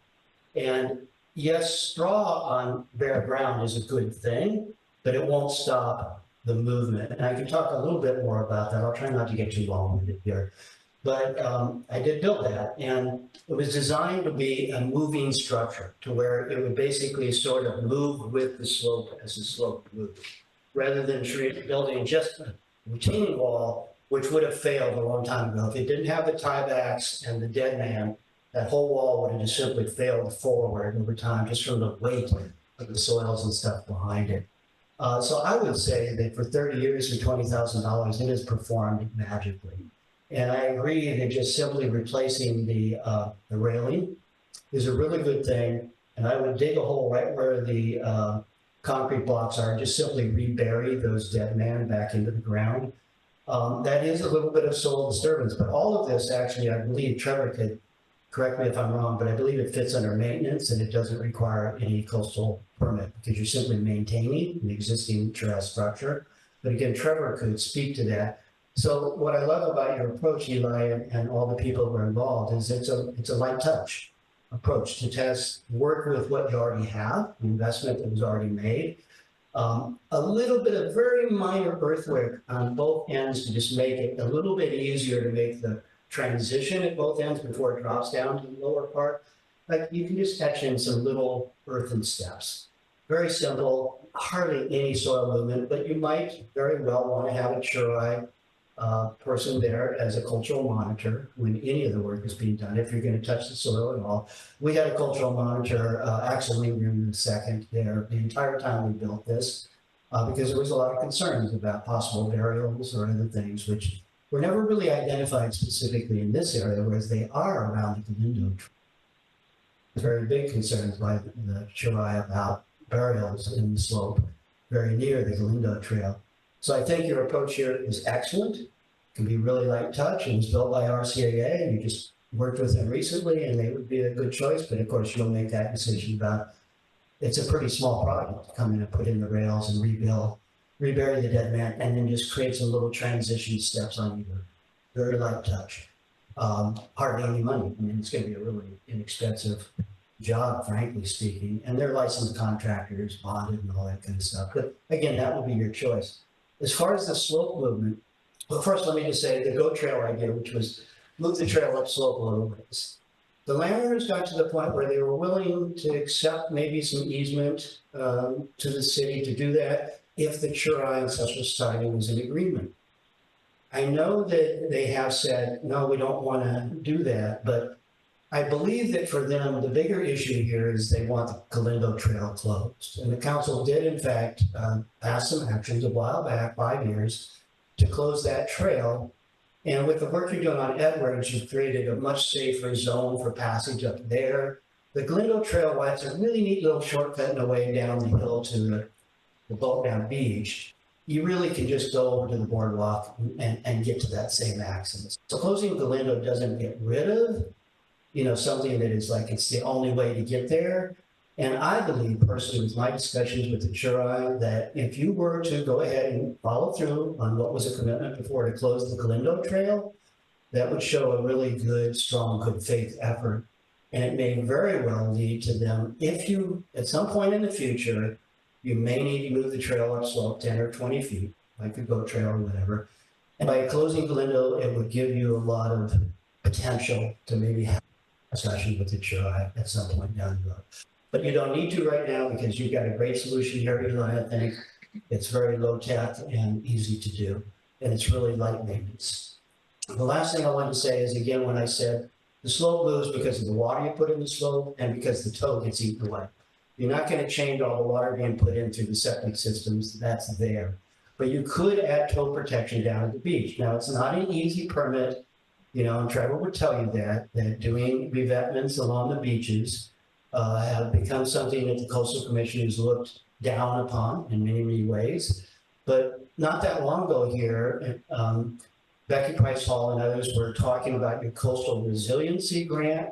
And there was all this concern about how numerous parts of this bluff, not just here, but also under where the old lighthouse used to be, there's, you know, a lot of toe erosion.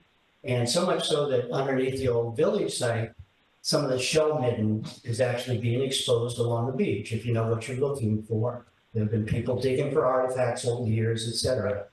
Well, you could, I believe, get permits. It wouldn't be easy, but you could ultimately get permits. And I talked with you, Cheryl, about this a while ago, to come in on Boat Ramp Beach to do a tow protection underneath this site.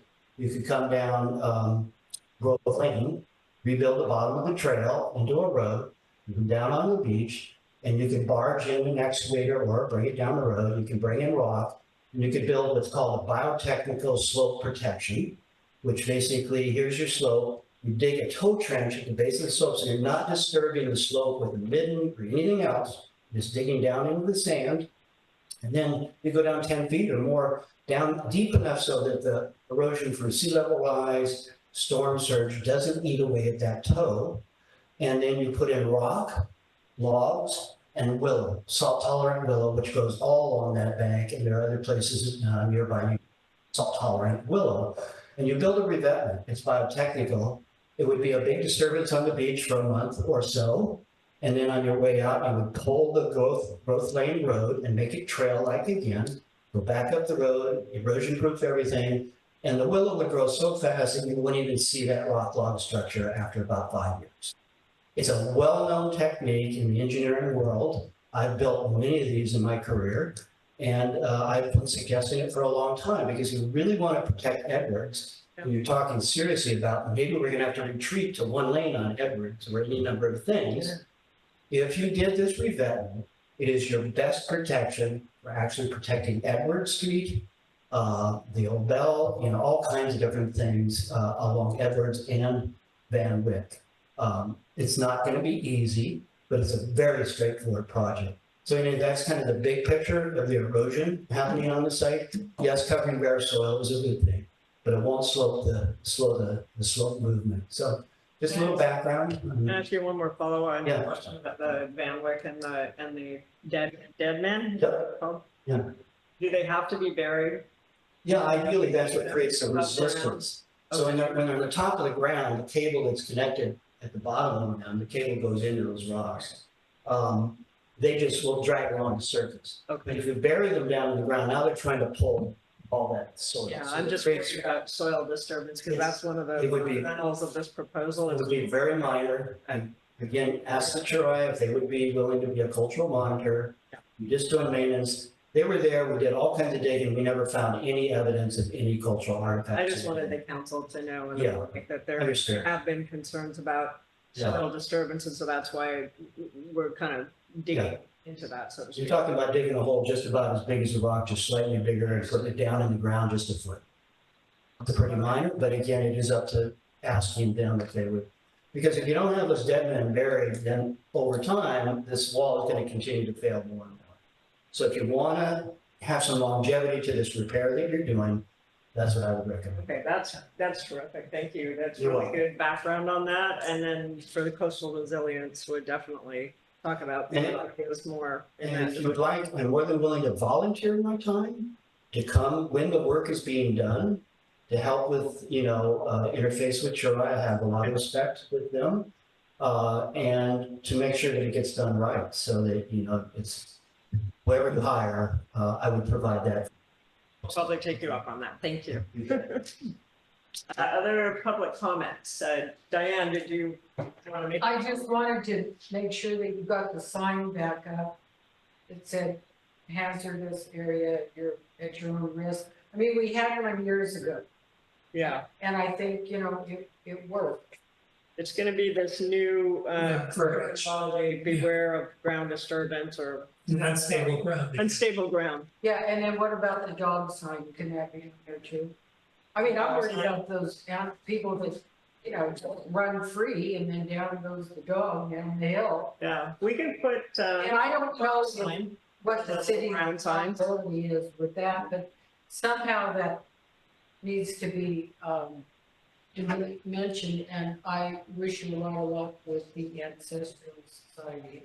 You know, when I was on the planning commission, we had to do a lot of work to get the lighthouse okay down at the harbor, and they finally came around, but, you know, I think you should use Mr. Madrone to, you know, maybe come to a meeting when you're working with them.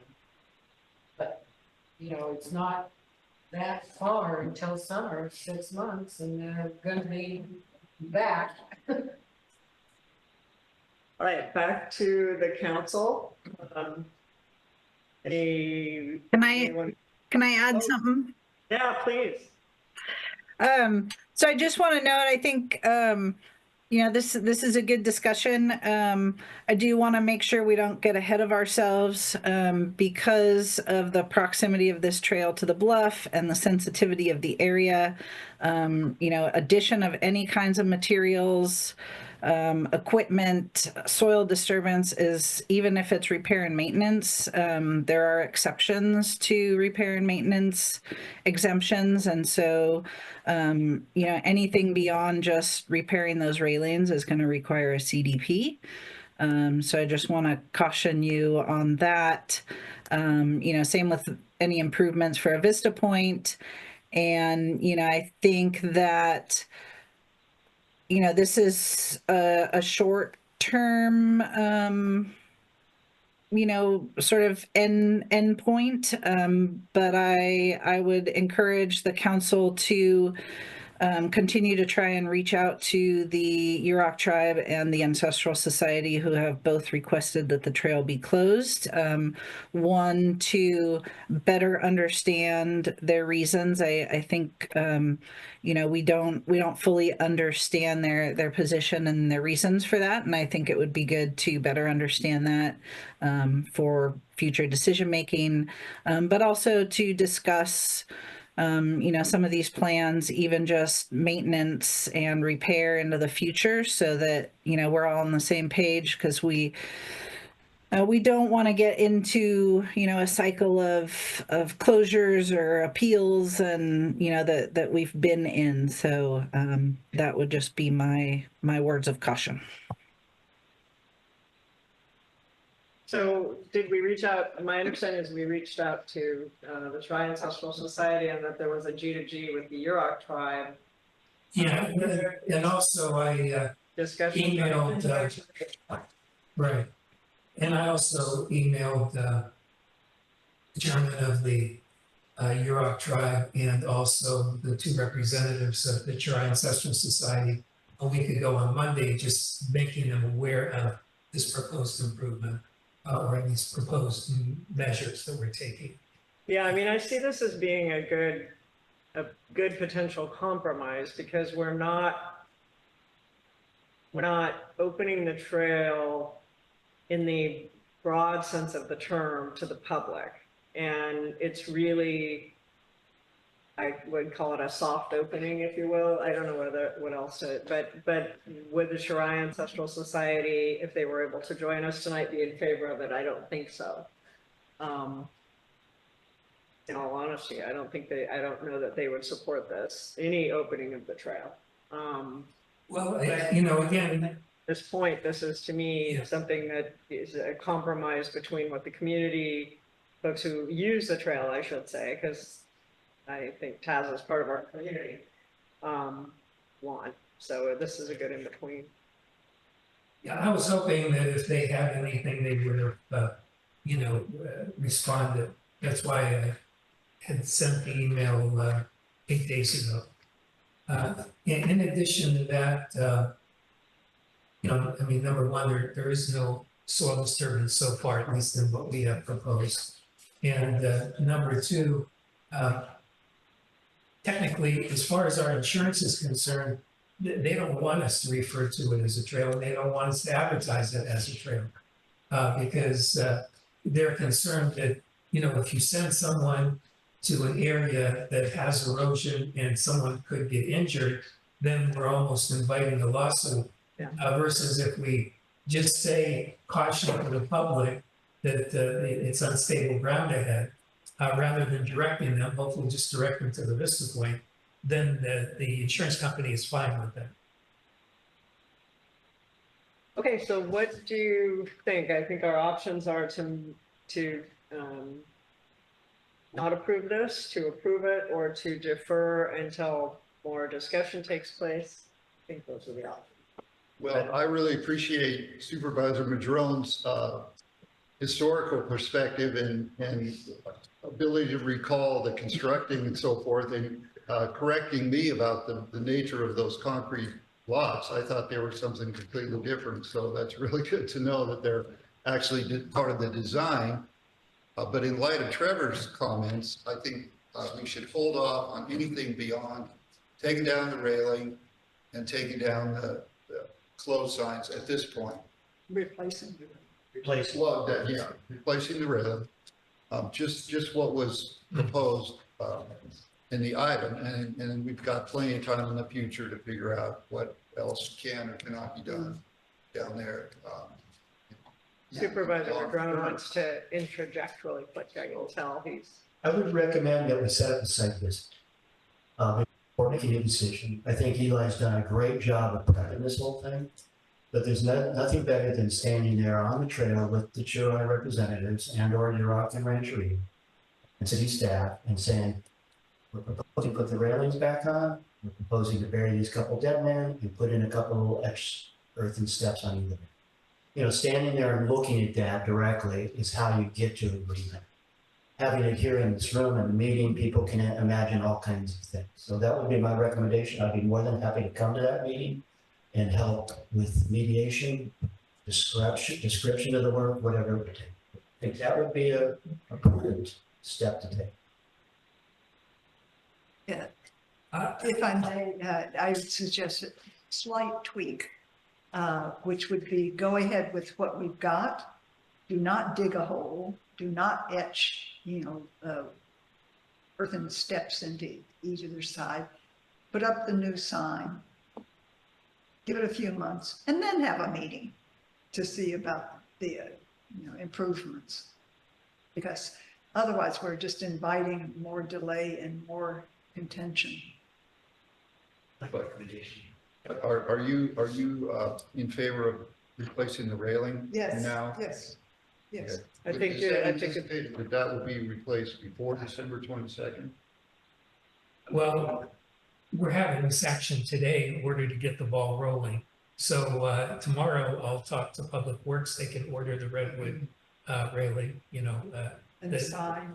Yeah, and the sign, to order it. But I mean, we'll trigger that in motion right now. And then it's just a matter of when things are delivered and installed.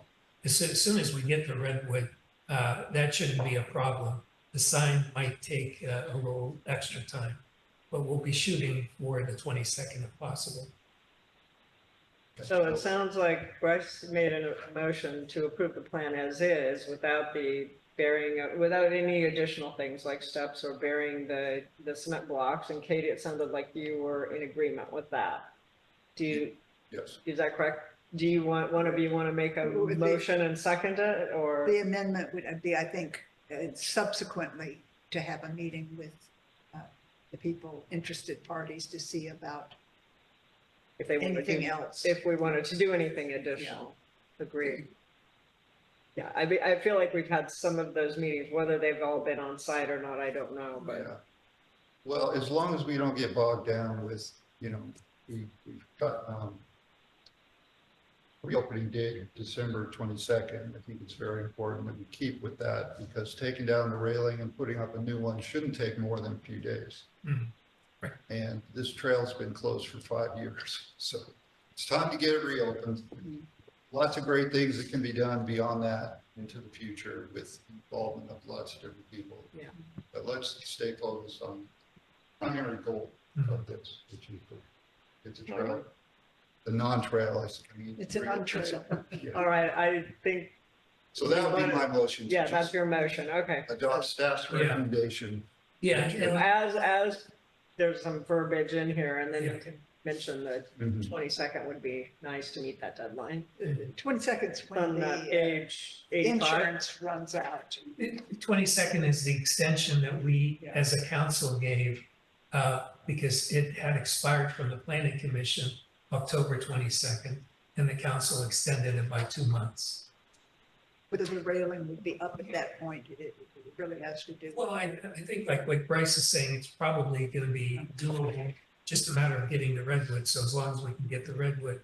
And then the other part of it is we'll order the sign, and then it will be on its way, put it up, then we can, at that point, just remove the chain, remove the trail close, Yeah. and put the new sign up. So use at your own risk, untrail. Yeah, basically beware unstable ground ahead. Okay. Is there a motion? Okay, I move that we, support the plan to replace the wood railings, remove the trail closed signs and chains, replace them with new signage that states beware unstable ground ahead, and allow the Van Wyck Trail closure to expire on December 22nd, 2024.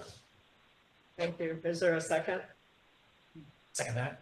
Okay. All those in favor? Aye. Thank you. I know that's a tough one. Good job. Good job, council. Thank you, So- Supervisor McDrone. Just before you move on though, in terms of the dead men being buried or any of those things, that would just be a subsequent agenda Yeah, item. we'll have to deal with that. Yeah, Yeah. there is soil disturbance with that, but I think we'll need to discuss that. And to Steve's point, have a cultural monitor on site if we move forward with that. And I'll give a footnote to that. So I think, Steve's comments, including burying the dead men, that would make sense and work. However, the steps, GHD had proposed the same thing that Monroe had proposed. But when we gave it to our insurance company, they turned it down because of the fact that it technically is an improvement. And once you put those redwood steps, especially on the west side, where the ground gives way right now every time you step on it, that those redwood steps would be moving or could move. And as a result, someone could sue us that you put the steps in and they failed and then we got injured. So they suggested just leaving it as is rather than making that improvement. Okay, so we should keep that in mind. Let's go ahead and move on in the interest of time to the last item, the discussion decision regarding the boardwalk improvement agreement. And Eli, I believe this is Right. yours as well. Yeah. So, as I say here in the analysis, the boardwalk leading to the harbor has been in need of replacement since a number of the truck sports have failed recently for the past couple of years.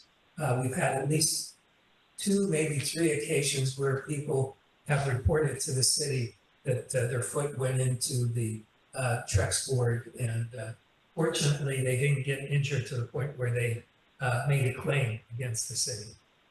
But that's a matter of time, and we want to avoid that. So working with the city engineers, the design using concrete boards was chosen because of its durability and withstanding the climate and the salt air of the ocean. So the current Trex boards were installed 22 years ago in 2002. And they're brittle and they're giving way. So these concrete boards could be created here in Eureka. One company, Hilfiger Company, the engineers had reached out to them and they can create them. So it'll look like a board. It'll just be made out of concrete. It'll have even the grain pattern of a board. And it'll be individual pieces of concrete rather than like a sidewalk where you do the design in the sidewalk. So that this would look like a boardwalk, function like a boardwalk, but be more durable than a boardwalk. So fortunately, the city has received the parks grant that can be used for both the boardwalk and the pickleball court. So the combination of the two, the grant is already intended to cover approximately 67,000 for the pickleball court conversion of the tennis court to accommodate both pickleball and tennis. The remaining portion of that grant, which is around 170,000, would be utilized towards the boardwalk. The boardwalk initially, they were talking of a cost of, basically around 90,000 plus. So the city, through our flexible spending funds that we have from SERA, could supplement any additional costs beyond the parks grant covering the boardwalk cost of installing it, purchasing, installing. Initially, they requested the state parks that we do an easement. We contacted the rancheria. We also had staff look in our files. We were able to find an easement that was prepared back in 2002, but it was never signed. So we asked the rancheria if they could sign it, but they indicated that they were in opposition to any further easements in the harbor area. So Jackie and I had a meeting in her office, and then she contacted the state parks representative and asked what steps can be taken to try to get the liaison for the native community. So it's like a tribal liaison from the parks. So the state parks ended up setting a meeting. It was by Zoom. It happened like about a month later. And they actually had 9 representatives from state parks, in addition to Jackie and myself and Trevor. And we ended up being able to come to agreement there where they said in lieu of an easement that they would accept the land use agreement. So then it was agreed that we would prepare that through our attorney. And so this is the document that's prepared, the boardwalk improvement agreement. So once the council approves this, then it'll go to the rancheria, and then they can go ahead and hopefully approve it as is, because it is following the land tenure checklist that was supplied by state parks at our meeting when we had that joint meeting. And this agreement follows the checklist items. So I'll entertain any questions or comments. I have a question. You mentioned the pickleball court. As far as I remember, this is still up in the air about where and noise and stuff like that. It's not a fait accompli. Yeah, it's up to the council, like, if Not inside. Yeah, I mean, we've been working on, from a staff level, we've been working on, and that's how we got the $62,500 estimate, was to convert the existing tennis court into a pickleball tennis combination, basically called the racket court. We had talked about getting the noise canceling rackets, so that we would require people who use the noise canceling rackets. And I think at our last meeting, it was mentioned about balls go, that there are balls that are available that would be noise canceling.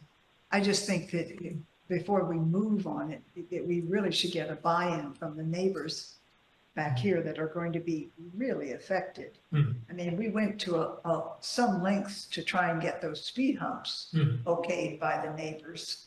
And they're not nearly as obnoxious as that noise is going to be. Well, that's why we're talking about the noise canceling rackets. There should be some kind of testing done, some kind of buy-in. Otherwise, we're buying ourselves a problem with the neighbors. Yeah, I do Guys, comment. just one thing is that right now we're talking Right, about the boardwalk, So yeah. Yeah. We can get into detail about the pickleball court and tennis court. Yeah, I did want to make one comment since I'm still here, because, I might not be here next time this is being discussed. Although I plan on being here at the next meeting, but beyond that. What I did want to comment is both Anton and Gabe, are aware that people have played pickleball there. And to my knowledge, we haven't received any complaints, is that correct, from the neighbors? Beneficial. Yeah, yeah, I mean, which is a plus, it's a plus, and that's with the regular pickleball racket and the regular ball. So especially if we utilize a noise canceling racket requirement, I think that by itself will help, and then possibly get the balls changed also. But anyway, just so. I mean, we talked future about other conversation. things, like checking decibels, Right. and seeing how loud it was, and testing different solutions to make sure that it wasn't. And to Katie's point, you know, we do need to make sure that everybody's okay with it. We talked about other options, but this part of the Right. Parks grant is just for the boardwalk, so They we won't be remain. approving anything tonight, just to be clarified, you know, on that. We won't be approving anything to do with the tennis court or pickleball Right. court.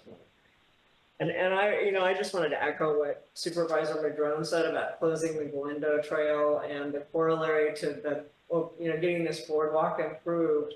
Between getting the boardwalk improved, getting Edwards improvements, you know, Van Wyck as a local social trail for the community.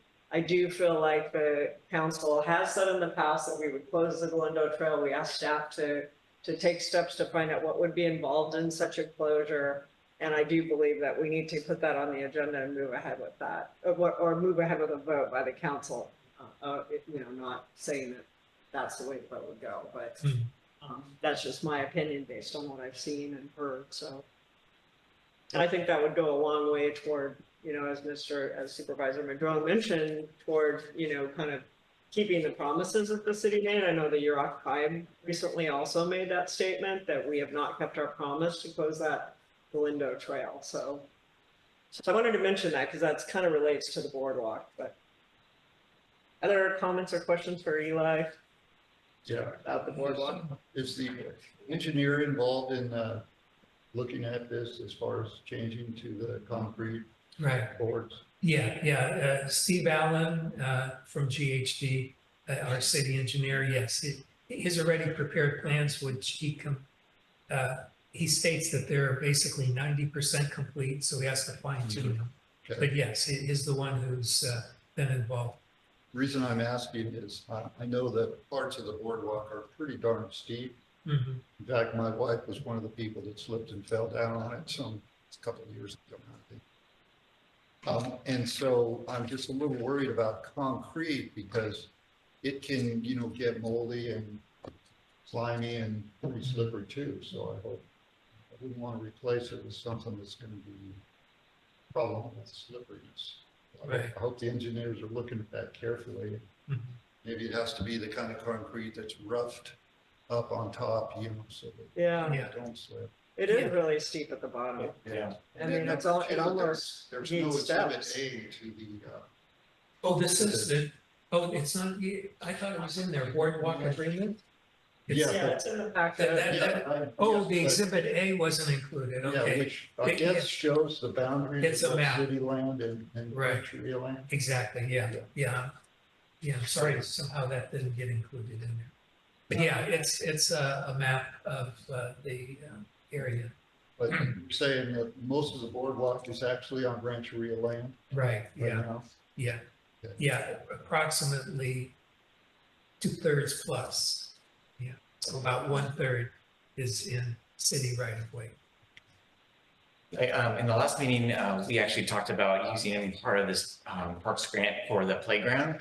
Is obviously that's going to be almost years out to get that done. Is this a grant that we can apply again next year? Yeah. Yeah, this particular grant is actually let me see if I use the right words. Yeah, I use the words Parks grant. It's a park bond. So it's a bond that the voters voted on, when you have the propositions on the ballot. So this is the end of that particular bond. The plus side of it was the fact that the minimal amount that any city could receive, no matter what their size was 170,000. So there were a number of cities that were larger than we are, they got the same amount that we did, just because they established that as the minimum. But yeah, it's we'll have to try to find some other funds for that. Are there any public comments about the boardwalk agreement? Supervisor Madron? Yeah, Hillbrook is really good at designing forms that can give you whatever kind of surface you want, including the roughened surface like you're talking. I think it's pretty steep at the bottom. Also on the Galindo comment, I also built that trail too. And I would very much love to see it go away. It's hard to take one of your works away, right? But I would volunteer my time to help with that process as well. And I'm pretty sure that Churai and Yurok would be ecstatic to see that happen. And it can be done in a very light touch way that doesn't do a lot of ground disturbance as well. So I just want to make that offer. Thank you. Thank you, Chief. Eli? Yeah, I don't see Trevor on there anymore, but I do want to comment just to help again for the record, since I might not be here next time we talk about it. But certainly what Supervisor Madrone said was great. But we've been having meetings with the Coastal Commission and the Chura Ancestral Society and Trevor and myself about, just as the council had directed, try to see to figure out how things could work out. Their suggestion was to create a parklet at the top of where Galindo Street goes. So at the top of the trail. So a parklet, which would be like a memorial with a bench for the person who was deceased, who is along the trail.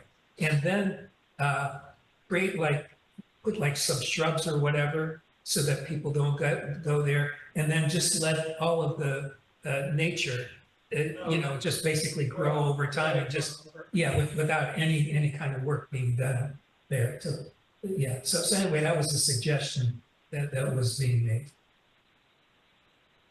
Did you want to make a comment, Elaine? Well, this is pretty basic, but I haven't seen any visuals, and I personally have absolutely no idea as to where this boardwalk is. Okay. Can somebody explain it or something? It's the sidewalk right along Edwards as you go down to the harbor.